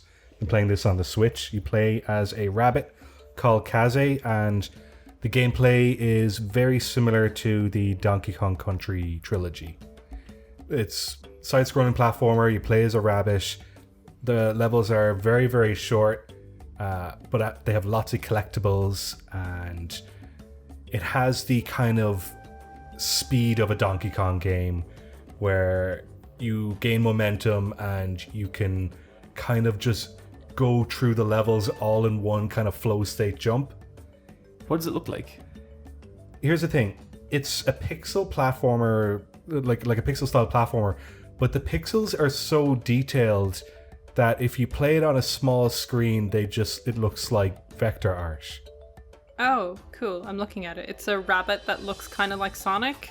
It's somewhere between Sonic and Donkey Kong, but probably in terms of aesthetic, closer to Sonic, but in terms of gameplay, closer to Donkey Kong. Okay. It looks nice. Yeah, it's a great looking game, and it controls really, really great as well. The price point is a bit high. I think it was like €30 or €40. I got it on sale for 20, which is a bit more like...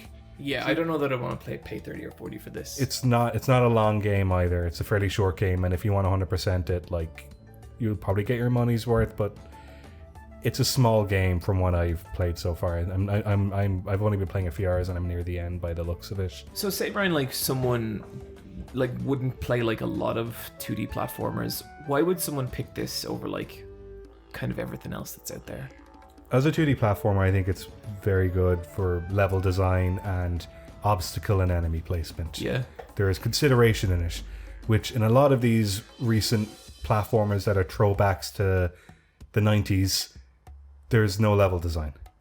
Like, the visuals are good, but a lot of the time it's just kind of junk on screen, and there's no kind of rhyme or reason, there's no kind of flow state you get into. And like, you know, with a video game where you just get in sync with it because you kind of get like it's kind of like a manuscript with notes on a manuscript, and you can kind of tell when there's going to be like beats in a level, and Kaze does that very well. Cool. Because I played a lot of subpar platformers where you see visuals and you see a tiny bit of motion on it, and you think, okay, that's going to be good, but then when you play a level, you're like, that level didn't flow well. Yeah. There was a lot of that in Donkey Kong Country 3, I thought. Yeah. It was like, oh man, this level design. Yeah, it keeps like speed bumping you. Yeah, I think in especially games like this, level design is like this beautiful thing where you don't ever really think about it if it's working right, and if it's not, it's just agony. Yeah. So like Kaze does have speed bumps if you choose to kind of like interrupt yourself because you want to 100% a level, but if you just want to like power through a level, it's completely optimized as like a athlete's route, which I think is super cool, and it is super fun to play. Cool. I think the visuals of the game itself are super nice. I love the sprite art. I'm playing it on the Switch Lite, which has a slightly smaller screen.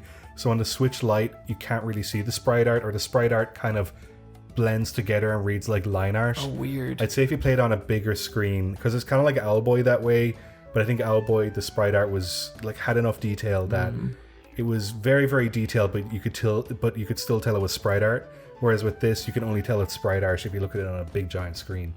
It does have like these cutscenes that are just done in digital illustration art. That stuff looks fine. It kind of just looks like a 2D artist's portfolio kind of drawings. Like it just looks like concept art for a game that ended up in the final product just to kind of explain the reasons. But like, I don't think it needs to be in the game, or it could have just been explained as a 10-second animation with the sprites.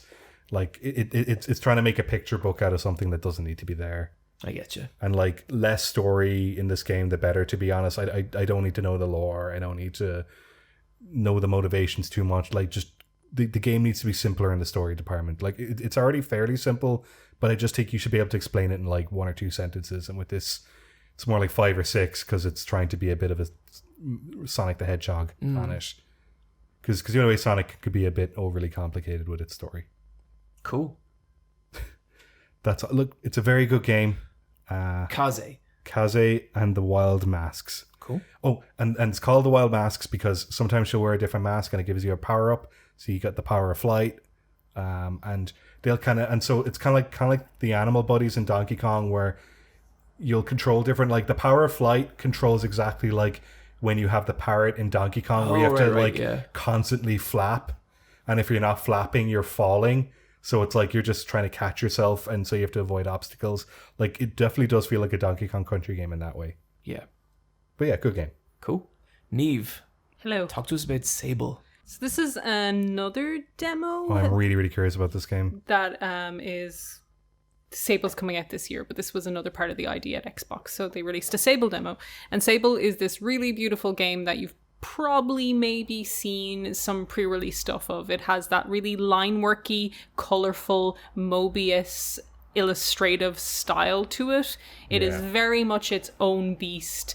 Like, in the illustration world, you might see styles like this, but you don't see styles like this translated into video games very often. The color theory in this is just absolutely gorgeous.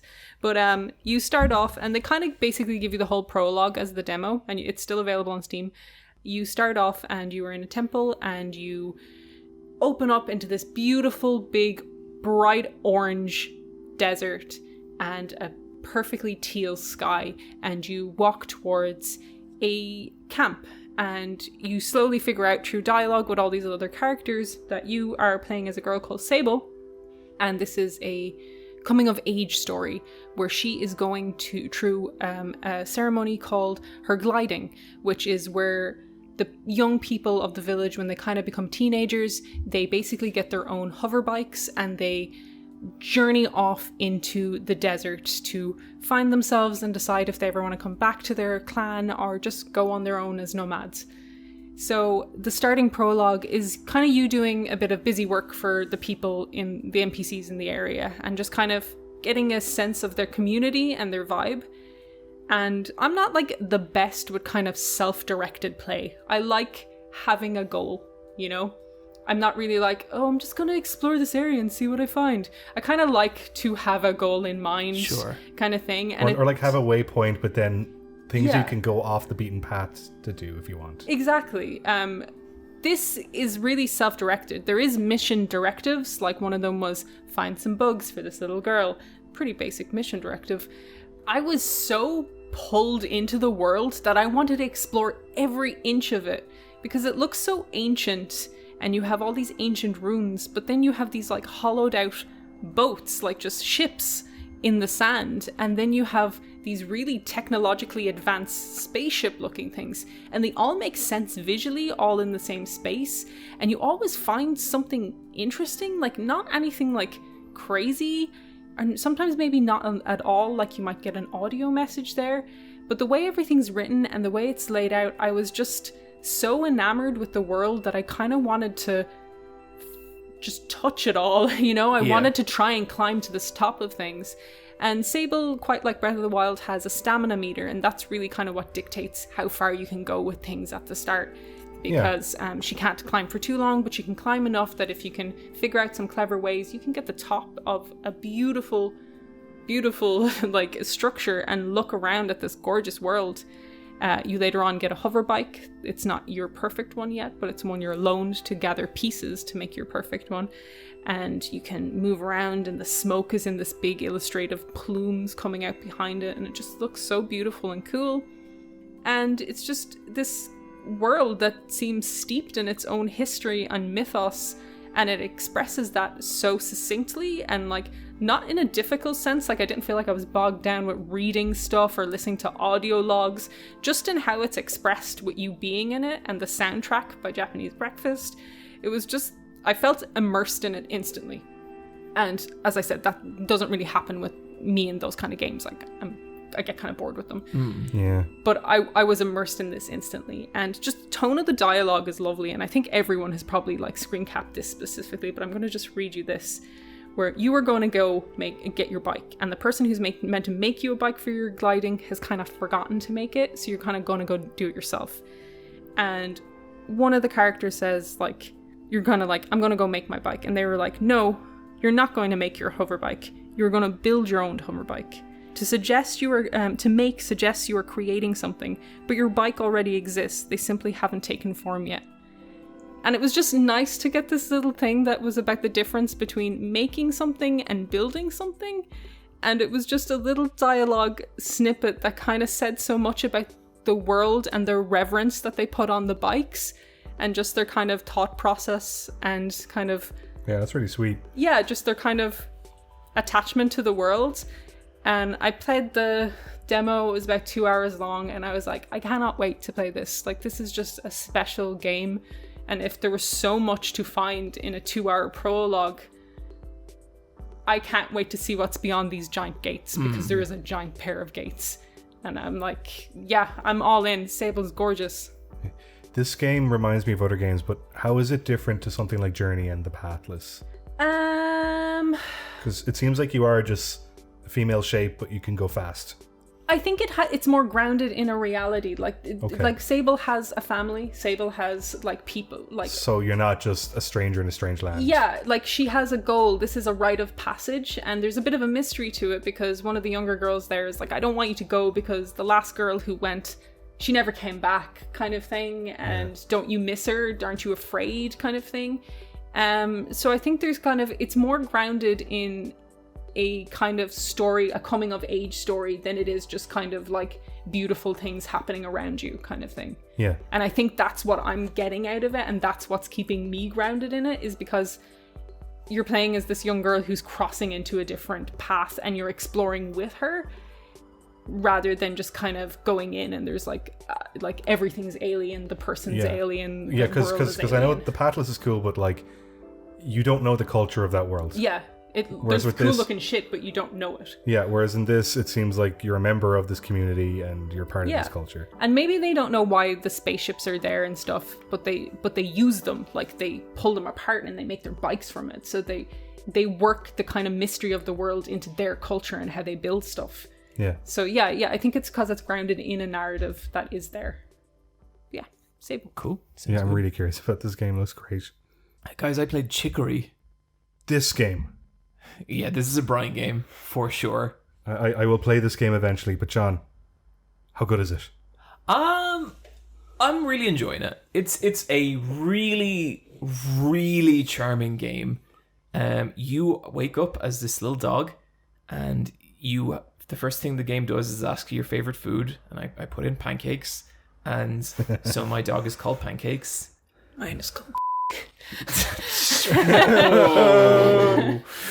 Oni, cut that out. Oni, please leave that in. Bryan, help me. Oh, that shit's staying in. That is overruled. Fucking brilliant. Gold.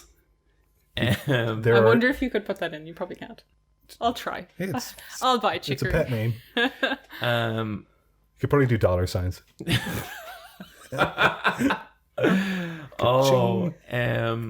So it starts off, and you're this little dog, in my case, Pancakes, and you have to clean up, like basically like this giant loft, and you find this wielder brush.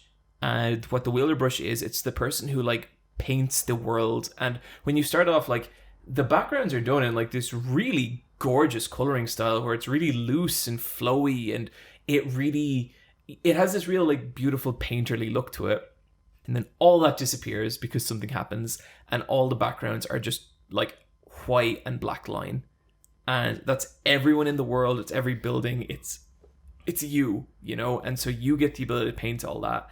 And it kind of turns into this basically top-down, like, Legend of Zelda-like, where you go into different dungeons, you have to figure out, like, what you do. You get different powers, you get a brush that can, like, illuminate darkness, you can Splatoon it and, like, sink into your paint and go really fast. Yeah. And all this stuff. And, like, it's cool. The paintbrush controls work way better on a right analog stick than I thought they would, because I was worried like maybe I should be playing this mouse and keyboard. It's probably better on mouse and keyboard, but it's not bad on right analog. But like, to me, you are coming to this game for the charm and the writing of it. The little illustrations of the animals are so fucking cute. Like, have you guys seen the main character? Yeah. Little dog in overalls. Little champion. You get so many different like clothing and hat options. Good. I have a cool little star t-shirt. I wear a little pair of glasses. It's pretty good. Aw. Yeah, it's great. How good are the puzzles if it's like a Zelda-like? They're good. Okay, good. I definitely had one last night where I was like, well, I'm never going to figure this out. And then I slept on it and came back to it this morning and was like, oh, and got it in one. That's very satisfying. So it's at that level where it's like, That's good. yeah. But the writing is just really fun and really weird and silly. There was a part in it today that really made me laugh, where like basically there's this woman where you have to collect her her children. They're missing, and you have to bring her children back to her, and like you do, and she's like, thank you so much, this is great. And then like there's like ... and then she's like, hey, listen, I just did a head count, and there's one more than I remember, and I'm not really sure what to do about this. And that's the end. And it's like, oh, cool, okay. That really sounds like Paper Mario writing. But what's kind of... this game is very Paper Mario-y. Okay. But what's kind of really cool about it, and like my favorite part, is that it is kind of a game about creativity and why you create something, because the person before you, the wielder before you, was a rabbit called Chicory, and she stopped painting because she got really depressed. Oh no. And like she's like, yeah, I'm really depressed. And she just doesn't want to talk to you. And you go back to her later, and she's feeling a bit better, but like she just feels like she's kind of Burnt out. yeah. And the game hasn't dealt with it in any serious depth, but it's kind of cool to see these ideas be like the driving force behind the story, and I'm really, really enjoying that side of it. And like if they keep pushing forward into that, it seems like it's going to be kind of awesome, you know. And there's a part later where you have to draw Chicory a portrait of herself, and she draws one of you, and her one's really, really good. But it's a really sweet, charming little game, and there's definitely like an element of it where it has a little bit of edge in that whatever the darkness infecting your world is kind of fucking weird. Like it's kind of you fighting this giant face, and like I actually had a boss battle today, and the music was so good, and all the boss's attacks synced up with the music in a way that like I'm not quite sure I don't quite understand how they did it, but it was awesome. Like it was really, really cool. So I think I'm about 3 or 4 hours in, but yeah, I would totally recommend this. It's kind of, this would be a difficult game to hate. Yeah. How long do you think it is? I'm hoping like about 8 hours, and so I would say I'm about a third to halfway through it. I checked how long to beat there. Seems reasonable. Yeah, how long? 9 hours for the main story. Okay, I think I can play this for 9 hours. 11 hours if you want to do a bit of extra, and then if you want to be a completionist, 20 hours. So it seems like to get the trophies, you're going to really have to go out of your way to paint stuff. Well, you see, like the thing's whole gimmick is that you paint everything, and I don't paint that much because I don't care. Like I'll just do a blob of green and be like, there you go, everyone. But yeah, you could probably, I think in like a year, a Reddit post is going to go around where someone's like, look at the amazing paint job this person did to their entire world, and you know. Yeah, do like a polka dot pattern and stuff. Yeah, but it's cute, it's clever, it's fun to play, and I've been having a good time with it. Niamh. So this is my last demo that I played, and this is Black Book's Prologue. And like, I think I've been pretty positive about the 2 other demos I played. You were. And it's time to land a hat trick. Need to tell us how much you love Black Books. The best game ever made. Black Book Prologue is a turn-based deck-building game heavily inspired by Russian folklore and Orthodox Church doctrine. That sounds interesting. Because I don't know a lot about Russian folklore. And Russian folklore, fucking metal as hell. Baba Yaga. But most folklore is kind of metal. As hell. So this is kind of like in If Found, when there was a bit of conversation and there was a word that you didn't know, it would highlight it and give it an explainer. It kind of does that for all the like kind of demon names it presents to you and the kind of different traditions and stuff. So it really wants to soak you in the environment of like this Russian folklore and kind of sounds good. Black Books, big thumbs up there. Moving on. That's very accessible. It has gorgeous 3D environments, really, really beautiful, really, really like them. And the 3D characters that you move around the world are quite nice looking as well. Very plain, like a kind of blank face and maybe like dot eyes, but they're stylistic and nice. They use 2D illustrations for conversation, and I think they're completely stylistically out of step with the rest of the game. Yeah. Like, they just do not look right. They're not bad drawings, they just like... They don't look right at all with the other style of the games, and it has a real case of same face where every character kind of looks the same. I've seen a lot of indie games with that kind of problem, where it's like, oh no, your overworld has such a lovely aesthetic. Why are you using vector illustrations for like this part of it? It's the same thing with Kaze. Just it doesn't work. Yeah, or it belongs in a different game. Yeah, and it's just like, I understand why you would do it. You have an illustrator in mind, and then your 3D team is different. But like, even the main key illustration is also in a different style. So it's kind of just stylistically out of step with itself. Just do Hades, get it right. But the kind of story with this is you are playing as a girl, and I think it's like, oh God, the 1800s, I'm going to say, like 1820s or something. And she is going to get married, and her partner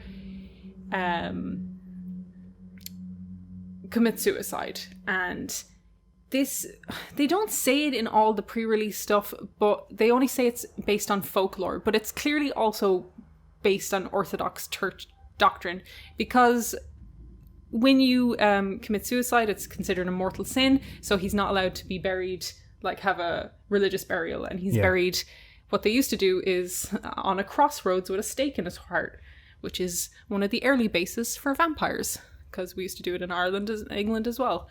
Mm-hmm. So I didn't love that as a premise, I gotta say. I kind of came out of left field, and they didn't kind of put a content warning at the start that this would be kind of stuff that was in it. I didn't love it, and it just felt like a plot contrivance that, when you kind of think about it a bit more, is also like a moralistic judgment. It felt kind of judgy, because it wasn't like, her goal is not like, is to go to hell and find him, but it's also like, he would have never done that kind of thing. So I didn't love its narrative basis. I get you. And I thought kind of putting it forward as purely a folklore-based game, when it does have this kind of doctrine in it.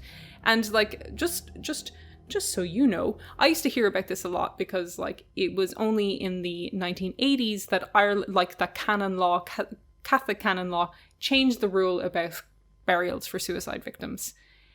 So people, in families, our families, people you would know, dealt with the issue of not being able to bury people and give them religious burials or a funeral because of how the church viewed suicide. Or like grieve with stigma. Yeah, exactly. Without stigma. And it's just like, I just thought it was a weird thing to kind of put your game forward as a folklore game and then have this other aspect to it. That kind of soured me on it, and I was kind of like, I don't like that at all. And then the localization is really, really bad on top of it, so the dialogue is really clunky, so they're trying to deal with these kind of themes with this really clunky, bad dialogue with really weird run-on sentences and just like no flair to it at all, and it just like was a clunky mess in that case. The combat and the cards, the illustrations were nice on the cards.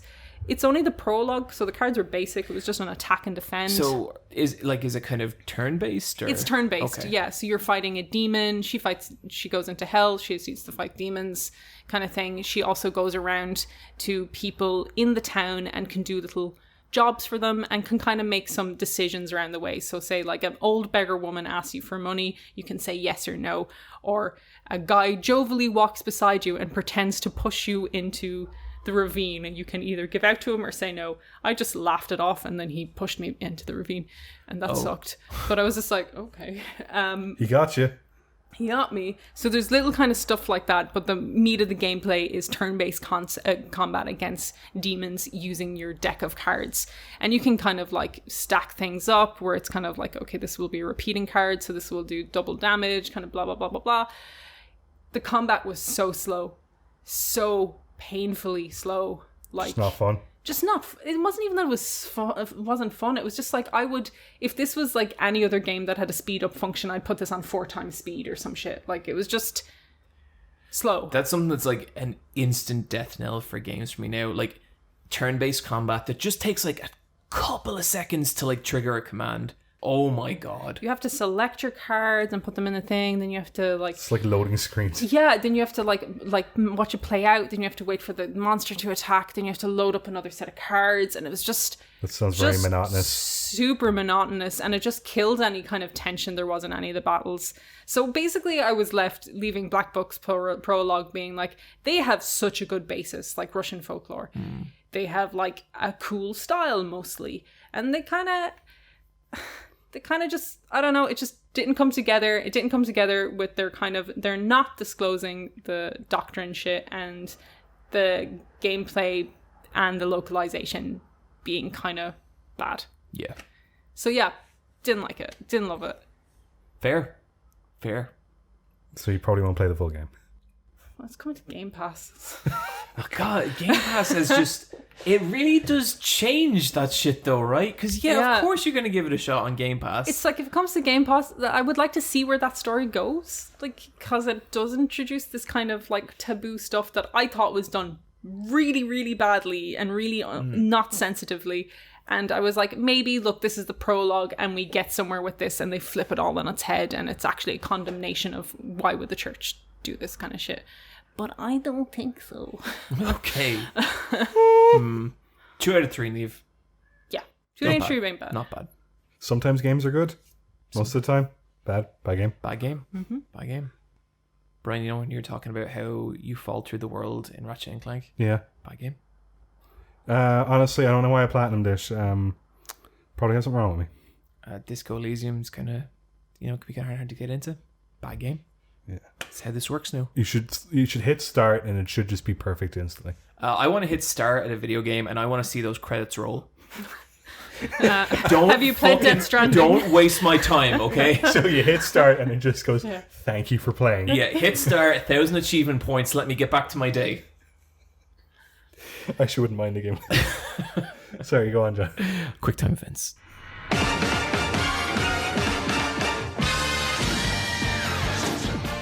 So, after 11 years in development, apparently Tekken X Street Fighter is cancelled nearly, but maybe not.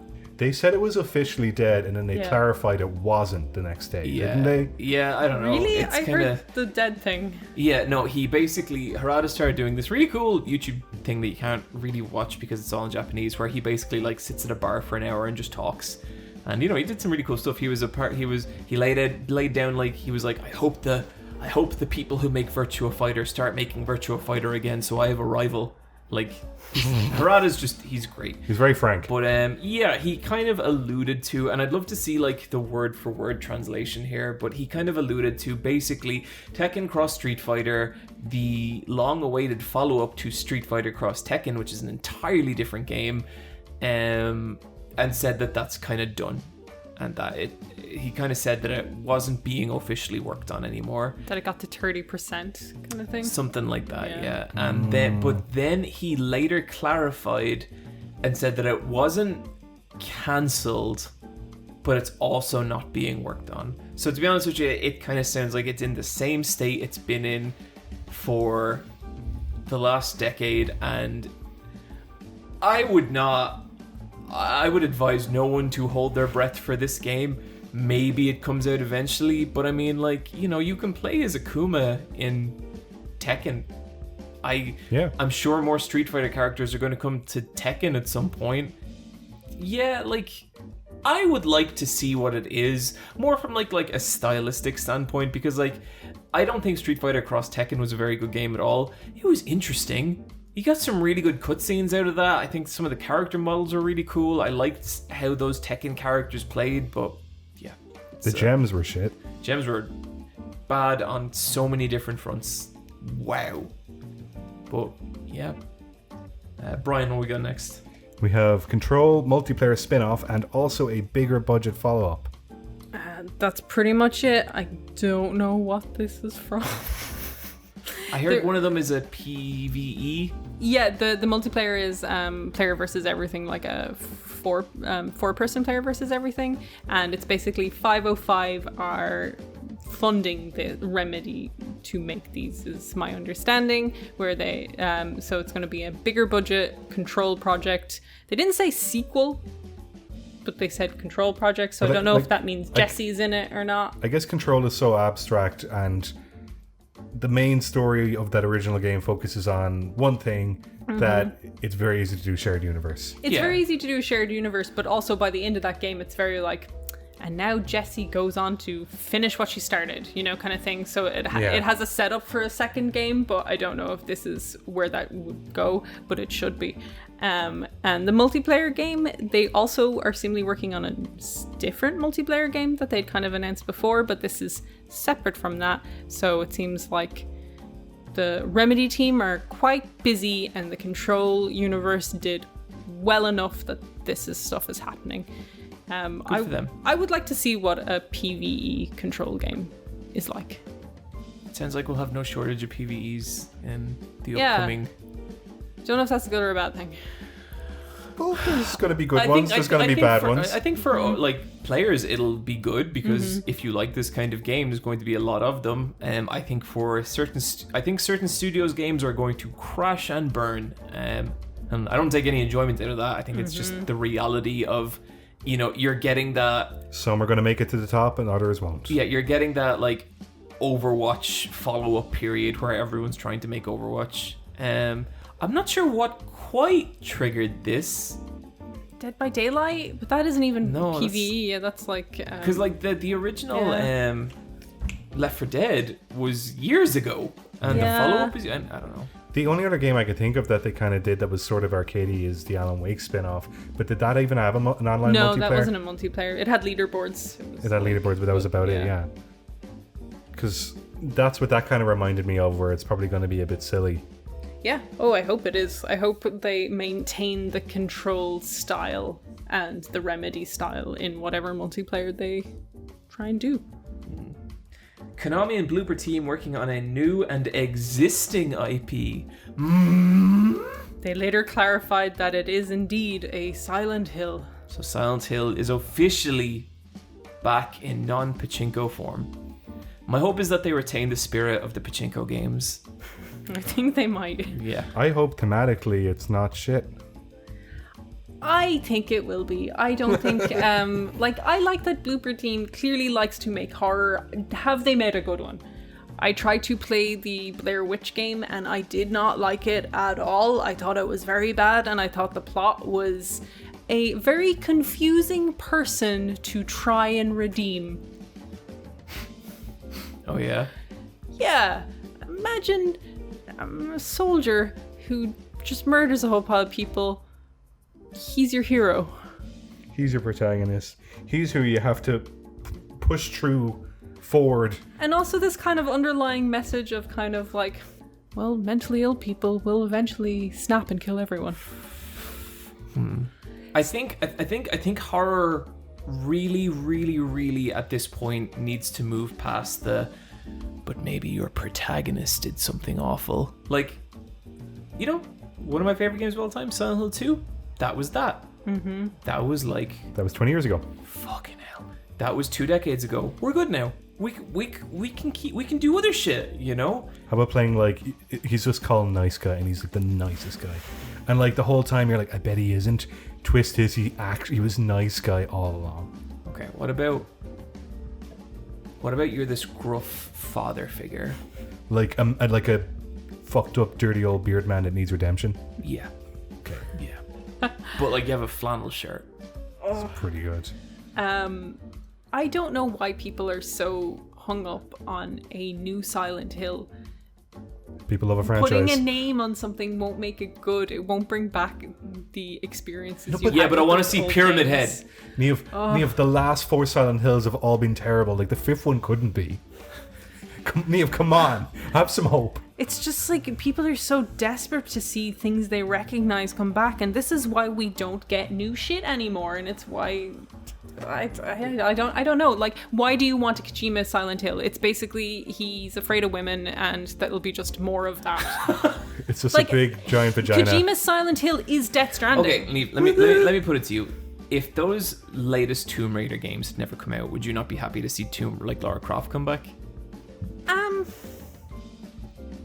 Yeah, but I'd be just as happy if they showed me a game, like a cool action game with another female character. Like, it doesn't need to be Lara. Like, in fact, I honestly think Lara should probably be retired and they can make someone else the Tomb Raider. It could be since Kara. you can become the Tomb Raider. Kara Troft. But I think like that's what people see in this. Like they see it as the possibility of returning to the kind of horror that Silent Hill had. Now, for me, like Silent Hill was Team Silent. That ship has sailed.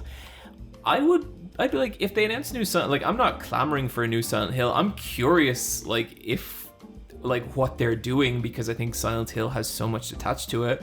But it has also been like, you know, it is a series that all the good shit was drawn out of it so long ago. But then I think of like Silent Hill Shattered Memories and how I thought that really took on the ideas of what Silent Hill was and did do some really cool shit with it.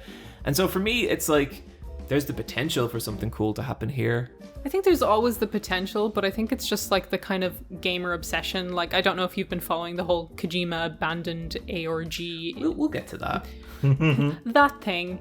But it's kind of like this kind of obsession with this idea that it's going to be the best thing ever, and it's like they're really setting themselves up for failure. This is going to right so many wrongs. I think you're speaking to a very extreme mindset, though, and it's the internet, and it's like that mindset's always going to be there for everything. And so like I get where like if someone was like, yeah, new Silent, because like if they announced new Silent Hill, I'd be like, oh cool, yeah, that's cool.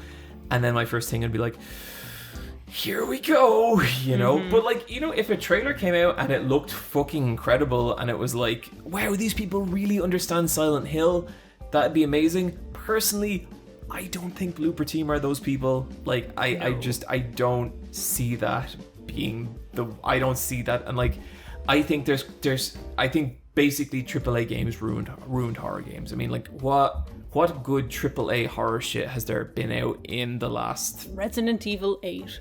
That's a fine Yeah. You know, that's a haunted house. Yeah, it's It's a theme park, right? Okay, what really good, like emotional, poignant AAA horror has there been? And they're kind of, because like I actually do think Resident Evil 8 is a really interesting piece of horror, but it's more in the indie space, isn't it? I think like the bigger budget horror that I probably enjoyed last was probably The Evil Within 2. That was pretty fucking great, alright. Yeah, that was. But even then, it didn't really hit emotional beats. No, not that really well. For me It was either. It was just a great. It was just game. tense. Yeah. I don't like it. And so I think for me, Silent Hill coming back is a possibility of maybe returning to that. But granted, it's like maybe 10%. But I mean, I'll take that. Like, I'm like, okay, I'll get a little excited for that. And I'm going to play whatever they put out because I am just that invested in Silent Hill. And if it's great, I really want to tell people about how great it is. And if it's not, well, fucking God help them, because I swear to God. I think you should play Downpour, and I think you should play that portable one with the pyramid head in it. Origin's meant to be alright. Is that the Box head, yeah. box head? But Brilliant. so I guess just like as a kind of extension of this, you guys have seen the conspiracy theories. Where are you guys at with this stuff? Basically, I don't care. I think that's very reasonable. Do you want to kind of outline it for people? What it is? So basically, there's been a lot of titty grabbing on Twitter about whether or not Hideo Kojima, I don't know how else to describe this fucking shit. Hideo Kojima is making a new Silent Hill games, but he's doing so through, is it Blue Box? Blue Box Studios. Who released this trailer for a game called Abandoned, and apparently maybe this is a puppet studio, and the trailer they released is actually a cryptic clue to Hideo Kojima's new Silent Hill game. This is like what they did before Phantom Pain came out, and he wore the band. Dick Studios. Yeah, okay. Yeah. So there is precedent for this. Like Kojima has like used a fake studio, and he's used a fake director whose name was an anagram of his name, and the person who they're talking about in this instance is a indie developer called Hassan. God, I can't remember his last name, but again, it's with K, so HK, Hideo Kojima. I think this is such a bunch of bullshit. That's a far reach. There's a lot of stuff, and like when you like put all the like Reset Era and Reddit are going crazy bananas, and now like Nightmind has done videos. So when you see all the information together, it's a lot of coincidences that, you know, it's just like if you wanted to believe it was Kojima, if you went in with that as your mindset, then it adds up. But beyond that, it's just nothing. It's just. But like nothing. That's all conspiracy theories. But this is how all conspiracies work. This is how psychics work. It's like it's just you. If you will find the information if you want, and if you crowdsource that quest to find information, hundreds of people on the internet are going to find hundreds of things that by themselves seem like nothing. But if you put them all together, like makes it nice and convenient, all neat, even if you ignore certain glaring contradictions. Yeah, I really do not think. I think Hideo Kojima is playing into it now. I think he's having fun with it, but I would be shocked if this is anything. No, he's making the director's cut of Death Stranding. Because they took the game away from him. Yeah, he's making the game he always wanted to make. I think what has happened here is it was an indie developer that kind of used the knowledge of Kojima's ARGs, kind of stuff like that, to kind of drum up hype for his game, and is now in way too deep and way over his head, and nothing he can put out will ever, you know, appease anyone if it's not, because it's attracted the wrong audience. It's attracted the wrong audience, but also his game looks like someone who's paying a lot of money for a lot of expensive assets and isn't really making a video game. The studio hasn't put out a game. Looked really bad. Yeah, it does, but that was another thing that I thought. I was just like, this isn't Kojima. Like, this doesn't look great. Like, I don't know. Like, we could be totally wrong, and I would enjoy being wrong on this one because that'd be fun. But I don't think we are. And I've seen people say like about. I also think like the guy who's making this Abandoned game, I think he's doing just fine out of all this because we know what his game is, and we would not otherwise. And people will buy and play this to see what it is, whether it is anything or not, because now it's like it's meme fodder. It'll be streamed, it'll be on everything. And I think it's super frustrating that it's just like the mythos and memes surrounding Kojima kind of can drive this stuff, and like it's just frustrating. Yeah, Hideo Kojima, he just keeps getting us. I'll kill him one day. He's not getting me. You'll kill him, Niamh, and then be like, by the way, I did actually really like Death Stranding. And whisper it in his ear. Fear me. Emails.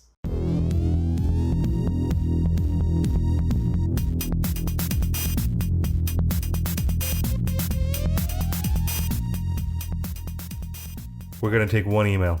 It's gonna be a special one. Bryan, this better be one hell of a good email. It will. But if it were to be that you were to email us, I like this character. I'm gonna call him the Vicar. I was thinking about Laurence Laurent. Okay. Or Laurence Laurence is that his name from Hail Caesar? And it's like, would that it were so simple? And he's played by Ray Fiennes. He's fucking brilliant. Ask let's fight a boss at gmail.com. Ask let's fight a boss at gmail.com. Now, guys, I want some good emails, please, because I had a look. I want some good emails, please. That's all I'm going to say. Like, I'll have a look. I think me and Bryan think that good emails are very different things sometimes. Because sometimes I'll read through them and I'm like, why didn't Bryan start this one?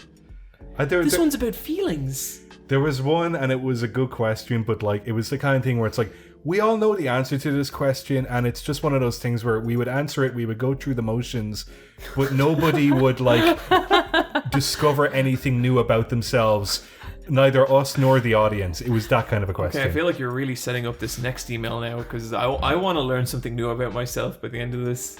Anyway, Chris, you sent us machine gun rapid fire questions. Okay. Here we fucking go. No time talk. Get ready, let's go. Okay. Favorite small touches in games? Example, when music gets muffled, when your character goes underwater. I like a game where you can stop and dance, stop and sit down, stop and have some tea. I just like a game that has pauses where you can just have a little chill moment. I really like idle animations, especially if there's cold weather. Idle animations, I think they're fun. I really like it in games where, say there's like a carpet sound effect for your footsteps, and then there's like a concrete sound effect for your footsteps. Yeah. I like it when you run along the edge of the carpet and one of your footsteps makes the carpet noise and one makes the concrete noise, because they've mapped it to your feet, not just the sound effect dependent on the surface. Very clever. Okay, what is your favorite mug that you own? At the moment, it's a Kirby Cafe mug that Niamh got me, and it's Kirby trying on a bunch of different hats. Oh. I use it with a herbal tea bag, and I will get 3 goes out of that tea bag.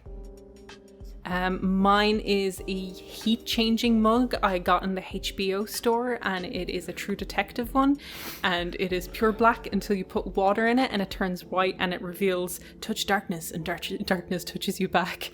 Whoa. That's pretty So deep. it's like my super edgy mug, but I also like heat-changing mugs in general because they let me know when my tea is getting cold.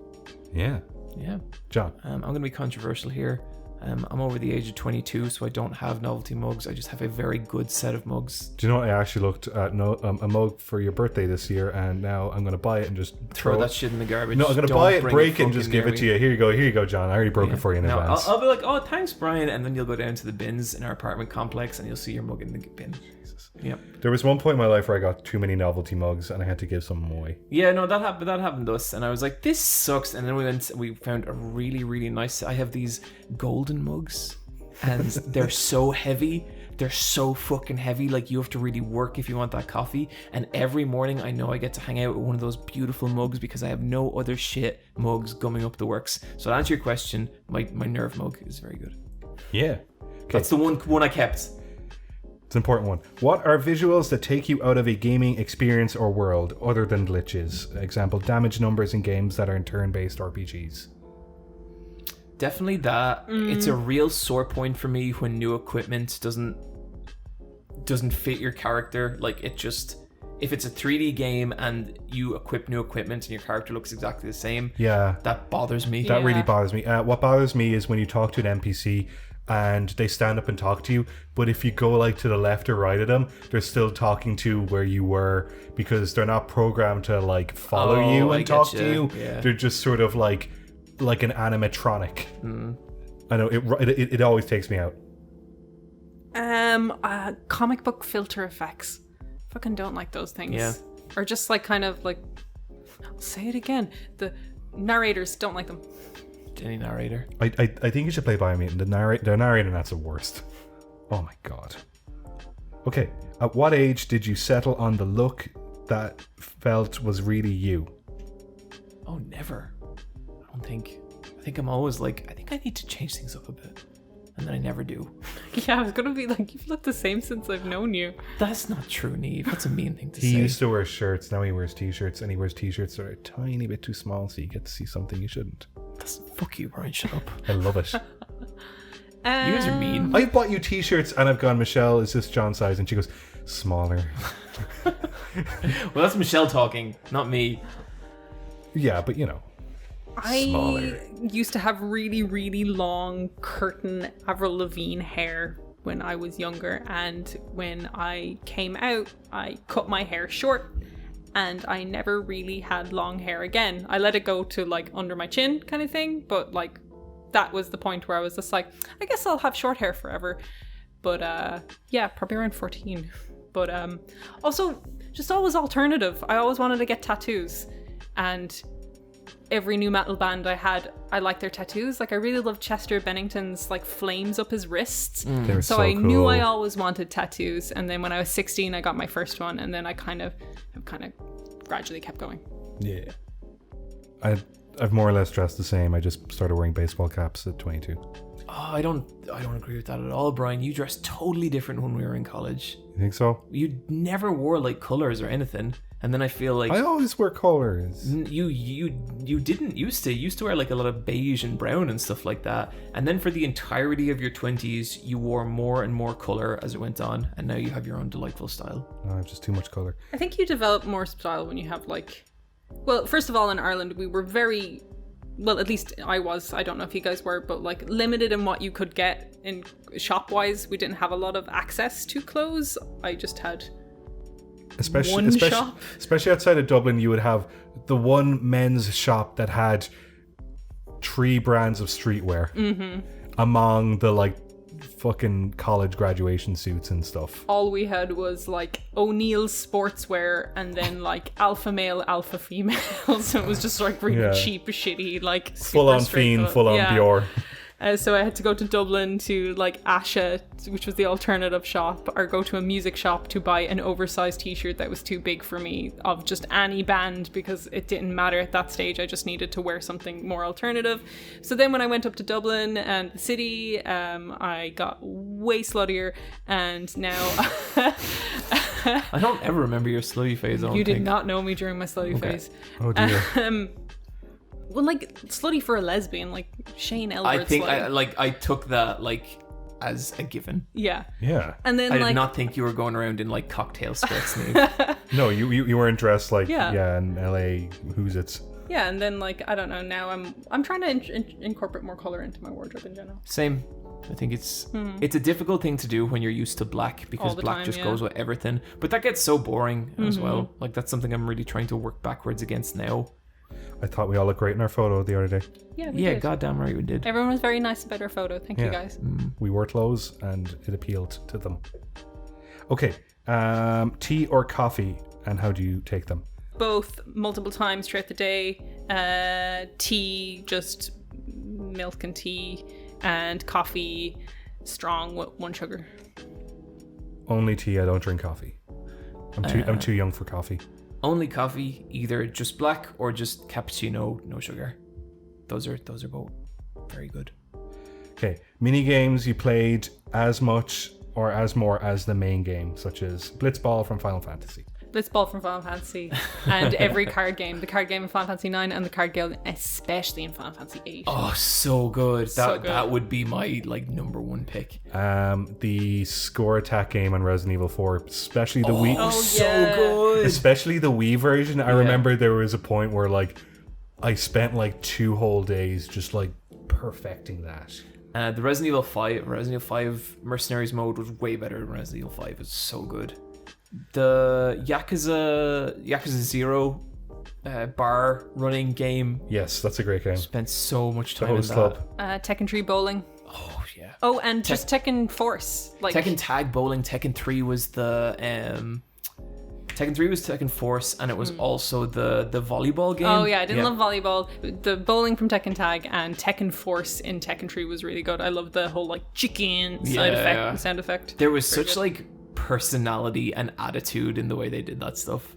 That, and in Melee, I like the home run contest. I played Home run contest. Subspace Emissary was also really good in Melee. Yeah. Okay, what is your least favorite aspect of your favorite piece of media? Okay, and he gives an example of One Piece with the female characters, which yes, I agree. Right. Especially in One Piece at the moment during the Wano arc, there are so many Nico Robins in it at the moment. There are so many female characters with black hair because the drawings are in black and white at the moment, and if a female character has black hair, I auto defaulted to Nico Robin. Yeah. Even though she is not Nico Robin all the time. I agree with that. This is a difficult one. So like, what's like a favorite movie or a game, and what don't you like about it? Like, you know how Silent Hill 2 is amazing, but you know, plays like... Yeah, like there's some filler in like content in the middle part of that. There's a part where you're in a basement that's just not that fun, and it kind of goes into like impossible space, and it's interesting, but it's way less interesting than the rest of that game. I don't like the Nightmare Frontier in Bloodborne. Yeah. Just not into it. Niamh? I can't think of something that's my favorite that I just dislike something. Maybe if I'm gonna just pick one off the top of my head, Nier Automata, I don't like that you get achievement for blowing off 2B's skirt. I also don't like Adam and Eve. Yeah, Adam and Eve. They can fuck off back to Kingdom Hearts. Not the point of the game. Yeah. Okay. How is your friendship dynamic between different when the three of you pair off, each hanging out? John and I, it gets really weirdly intimate. Bryan, sometimes I feel like we're at the opposite ends of like a very different perspective on this friendship. I kept touching your knee the other night. No, you only do that when other people are around. You wouldn't do it when the two of us are around because you're a coward. Maybe I'll do it. Fucking see what happens. Just kiss. We should. When Niamh and I are around, we disagree on stuff. Just agree. And Bryan, sometimes there's a J. Yeah. Bryan and me both like collecting stuff, so I think we spend a lot of time showing each other our collections and stuff. And hobbyist. Yeah, hobbyist stuff. It's like I borrowed your flush cutters. That was very important. But I knew I could ask you because you would definitely have them. Yep. And vice versa. How about the both of you? I don't know. I feel like John's always gonna like fight me. Really? I feel like sometimes I feel like I have to go on a scary interview sometimes, but then it's like it's fine. It's like a media debate. You always do seem kind of terrified, but I don't have that fear. But then whenever we hang out, I'm always like, oh, that was really nice. Yeah. Because we usually just talk about our feelings. Yeah. I think that's what freaks me out, because I don't spend a lot of time talking about my feelings, but then I'm just like, time to go talk about my feelings. You don't have to. No, I like doing it. I think that's what's nice and charming about our friendship, but I also like, I don't know. I don't like being vulnerable, John. Fair enough. Sometimes I get into media criticism a bit too heavy, and it's like the bits of the podcast we cut out. It's sweet and endearing, but it's for both of you. Mm-hmm. And you figure stuff out. Yeah. Hopefully. I don't know. I think it's very difficult.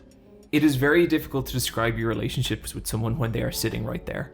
Yeah. Like, I don't really know what to say with this one. Mostly between John and I, he'll send me like a weird TikTok or a weird Instagram, or I'll do the same. Like that wrestler who set his leg on fire and then kicked the other wrestler. Yeah. And we just, like John and I find weird shit, and like, we'll just reply with, it's pretty cool. But like, say me and Bryan will watch a weird movie and then we'll look weird shit up on the internet and it'll get progressively stranger, and that's a good night for me and Bryan. Yeah. Me and Niamh, we'll probably just get drunk and talk about things from our pasts and our feelings, and I really like that too. Mm-hmm. I'll usually make something small for Niamh.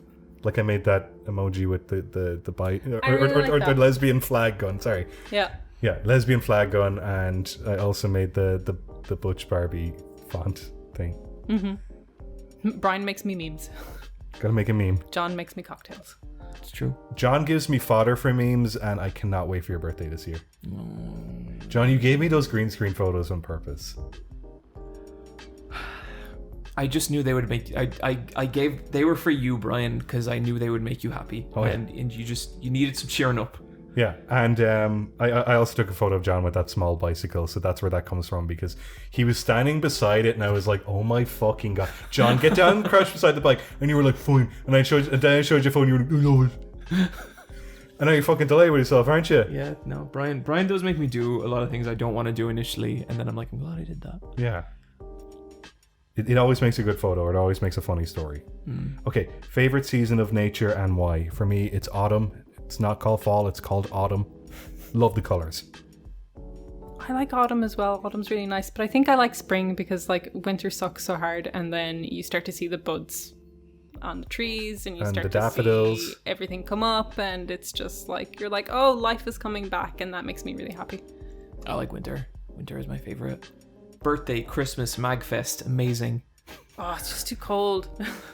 It's very cold, but summer's too hot. Yeah, that's why spring and autumn. Yeah, they got the best of both worlds. Okay. Do you play games with your partner? If so, what type is more often played, competitive or co-op? Watching a lot of the time. Yeah, me. Yeah, like I'm watching Rebecca play a game, or she'll watch me play a game, and it's nice because you can just read a comic and you can kind of participate casually. Yeah, I think like it's that. the ssame. Like, I'll be playing something on the PlayStation or the Xbox, and Rebecca will be sitting next to me playing on her Switch, or she'll watch what I'm doing, or she will show me stuff on her Switch. So it's kind of like we're playing together, but not together. If we have played together and stuff, it's been like stuff like Overwatch, but again, not a common occurrence. It's more sitting with each other. Yeah, like I played Mario Kart with Rebecca and that didn't go well. And we played Snipper Clips, which is a very heavy co-op game. Yeah. That started out well, but like that's a very intensive game. Snipper Clips nosedived for me and Michelle nearly immediately. Like, It's a great game, but it'll test oh you. yeah, fantastic game, but yeah. Hard times ahead. But yeah, I really love, one of my favorite things is just like playing a game. Michelle playing something on our Switch and just chilling that way is really nice. Yeah, absolutely. That's it. Thank you, Chris. Thank you, Chris. Those are some great questions. See, I told you, Chris. Yep, no, I learned some things. I hyped up Chris, said Chris was going to send the greatest email ever. Didn't overhype him at all. No wonder all those emails seem bad. You can't be as I'm good sure as people Chris's. send some great emails. I'll look in the inbox and see what I see. Patreon shoutouts.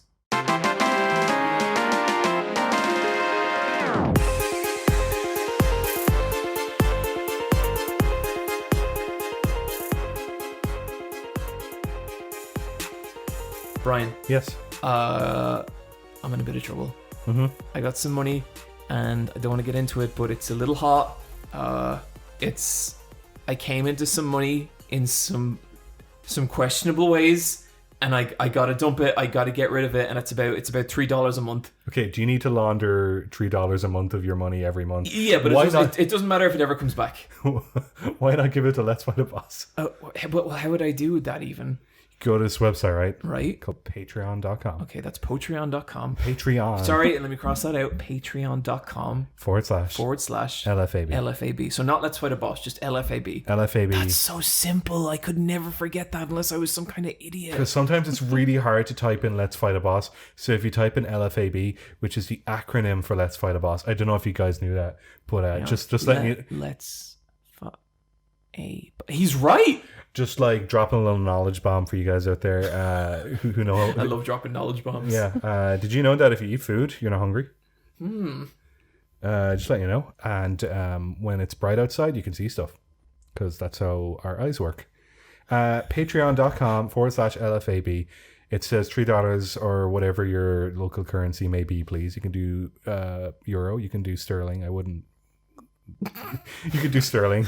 You can do Australian dollars. Now we're fucking talking. Give me those sweet Australia bucks. Yeah, Canadian dollars. You know, it's worth something somewhere. You know, if you have some fucking yen, I want 300 yen so bad. Fucking yen it up. And you get access to the Let's Fight a Boss disc. You know where I've been actually hanging out a bunch, checking out people's outfits. The fashion channel on Let's Fight a Boss. I love the fashion channel because, like, I remember last year Rebecca was like, "So what do your like patrons look like?" And I was like, "Check this shit out," and she was like, "Whoa." Yep. Also, if you go into fitness, lots of people showing how jacked they are. Yeah, and Bryan, that thing we talked about that we won't get specific about, that was in Fitness Channel. Yeah, it was. It's pretty good. We have someone who likes working out, and fair play to them. Yeah. I really like the idea of someone listening to us in the gym. I think a lot of people do. That's so funny. Yeah. We're so gross and... I am like the opposite of a gym. Yeah. I'm like a jom. But that's cool. If you're in the gym right now, push it. Yeah, like lunge it into maximum strength. That was really good, Niamh. So what I'm going to do is I'm going to give you just 10 seconds to do all the gym motivation you can. Go. You can do it. You can run or lift or jump. You can do it. You can achieve whatever fitness goal you have. I hope it's realistic for you. If you don't really want to move, you don't have to do that either. But this is motivation, so forget about that. Keep moving, keep running. What I like to do when I need to move fast is I pretend a big dog is chasing me and I run fast. Because that's good motivation. You have another 8 seconds.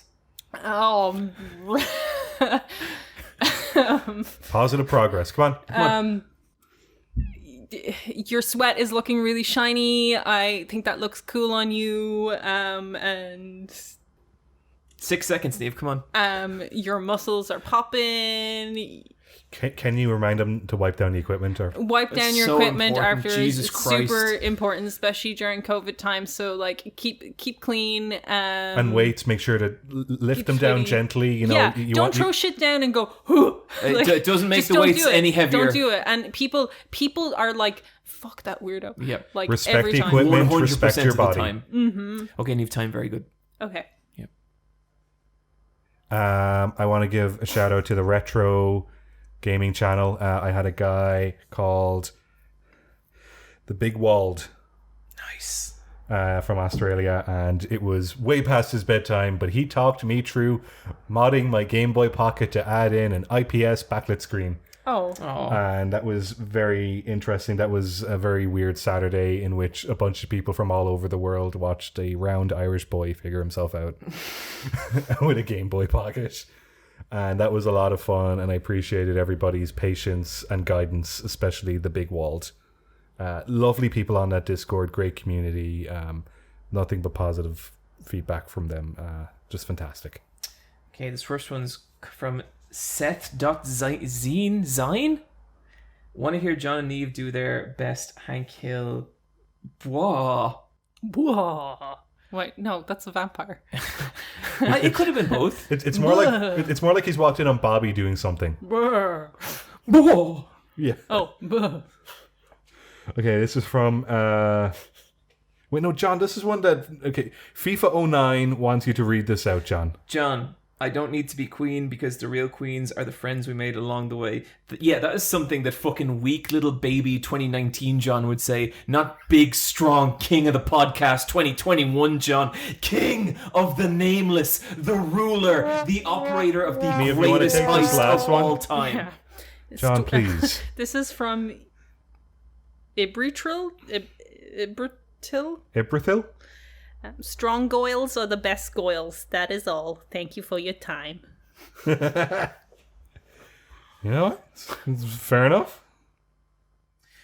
Loot drop.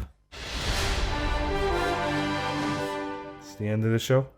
Mm-hmm. We went on the internet. We found some stuff. Gonna share it with you. That's all we have to say. Yep, let's do it. Niamh. This is a video by Transparency, and it is called Death Stranding is Weird About Women. Because it is. And I think this video is great because it's what I've been looking for forever. So I'm like very openly obsessed with Death Stranding, and a lot of the reason for that is it's so misogynist and no one talks about it. So I always feel absolutely crazy. Like I feel like I'm the only person in the Do you ever world think, who's though, played this Niamh, game. that maybe the game's not misogynist, but you are? No. No, it really feels like you're Dib from Invader Zim, and you're like, he's an alien, and everyone's like, shut up. Yeah, literally. Like no, like I feel like no one talks about it, and it drives me so nuts because like I think it's one of the worst examples. That's crazy. But this is a YouTube channel called Transparency. But yeah, this is a YouTube channel called Transparency. They made a really great Death Stranding video that like kind of highlights it. They also made a Metal Gear video which highlights Kojima's history of objectification. They also just make really, really good videos in general. Like it's just well written, well put together, well edited, just interesting stuff. Like I come away being like, I am less stupid because I watched this video, which is a nice way to feel when you're 33. The world is hard. Yeah, and learning is hard. There is. There's so many young people in the world and they're so much smarter. They're so smart, That's because they grew up with the internet. you know? It's like whenever they wanted to learn something, it was just there. Just there. We have the internet, but our stupid brains will never work like that. We had Encarta at one point. Do you guys, okay, so before Yes. Wikipedia and shit like that, there was a CD-ROM you would put into your Windows 95 and it was called Encarta. You know- And it was meant to be like the encyclopedia of everything you ever needed to know. And Encarta was the thing that had millions of dollars pumped into it, and Wikipedia was the stupid little project that no one gave a shit about. We had like physical encyclopedias in my house. Yeah. That we bought off a salesman who used to travel door to door to sell encyclopedias. And You that's buy where- like a 20 That's pack. where you Yeah. went to learn things. Like that's where I learned that like platypuses aren't real. They're real. They're not. They're like Final Fantasy monsters. They're not real. John, I'm going to get a platypus. I'm going to show them to you and you're going to be like, that's real. Go for it. Okay, I'll get a platypus. Okay, I'm gonna drop a really nice little song from the channel Survival Spheres, and it's called RPD Night Shift, which is just Raccoon Police Department Night Shift, and it's just an imaginary Resident Evil song that would exist if ever there was a calm moment in a Resident Evil game where people just hung out in the RPD, and it's very nice. Aww. Mine is a YouTuber called Macho Nacho Productions, and this is a video that I followed when I was modding my Game Boy Pocket, and it's Game Boy Pocket Funny Playing Kit. This is the kit I used. I've watched a lot of tutorial Game Boy assembly YouTube channels over the years. This guy, Macho Nacho, really steps it up with the production of his videos. He does a good balance of reviewing the product, and he also makes the instructions very stylish and flashy, but not in an over-the-top way, but just in the right amount of kind of style and balance you need. And he makes everything seem not daunting and completely approachable, and I like his channel. Cool. And that's the end of the episode. I'm all out. I got nothing. I don't know how we're going to end this episode. You sure you don't want to do an Arpoo story? I don't have any others that I'm going to talk about on this podcast. Do you want to talk about what happened in London? Nope. You sure you don't want to talk about what... Niamh, send us home with a good moral of the story. Go. Oh no. One in the hand is better than two in the bush. What the... Oh my god, what the fuck? Okay, just end it. Just end it. Thank you, everyone. That's worse than when you said pussy.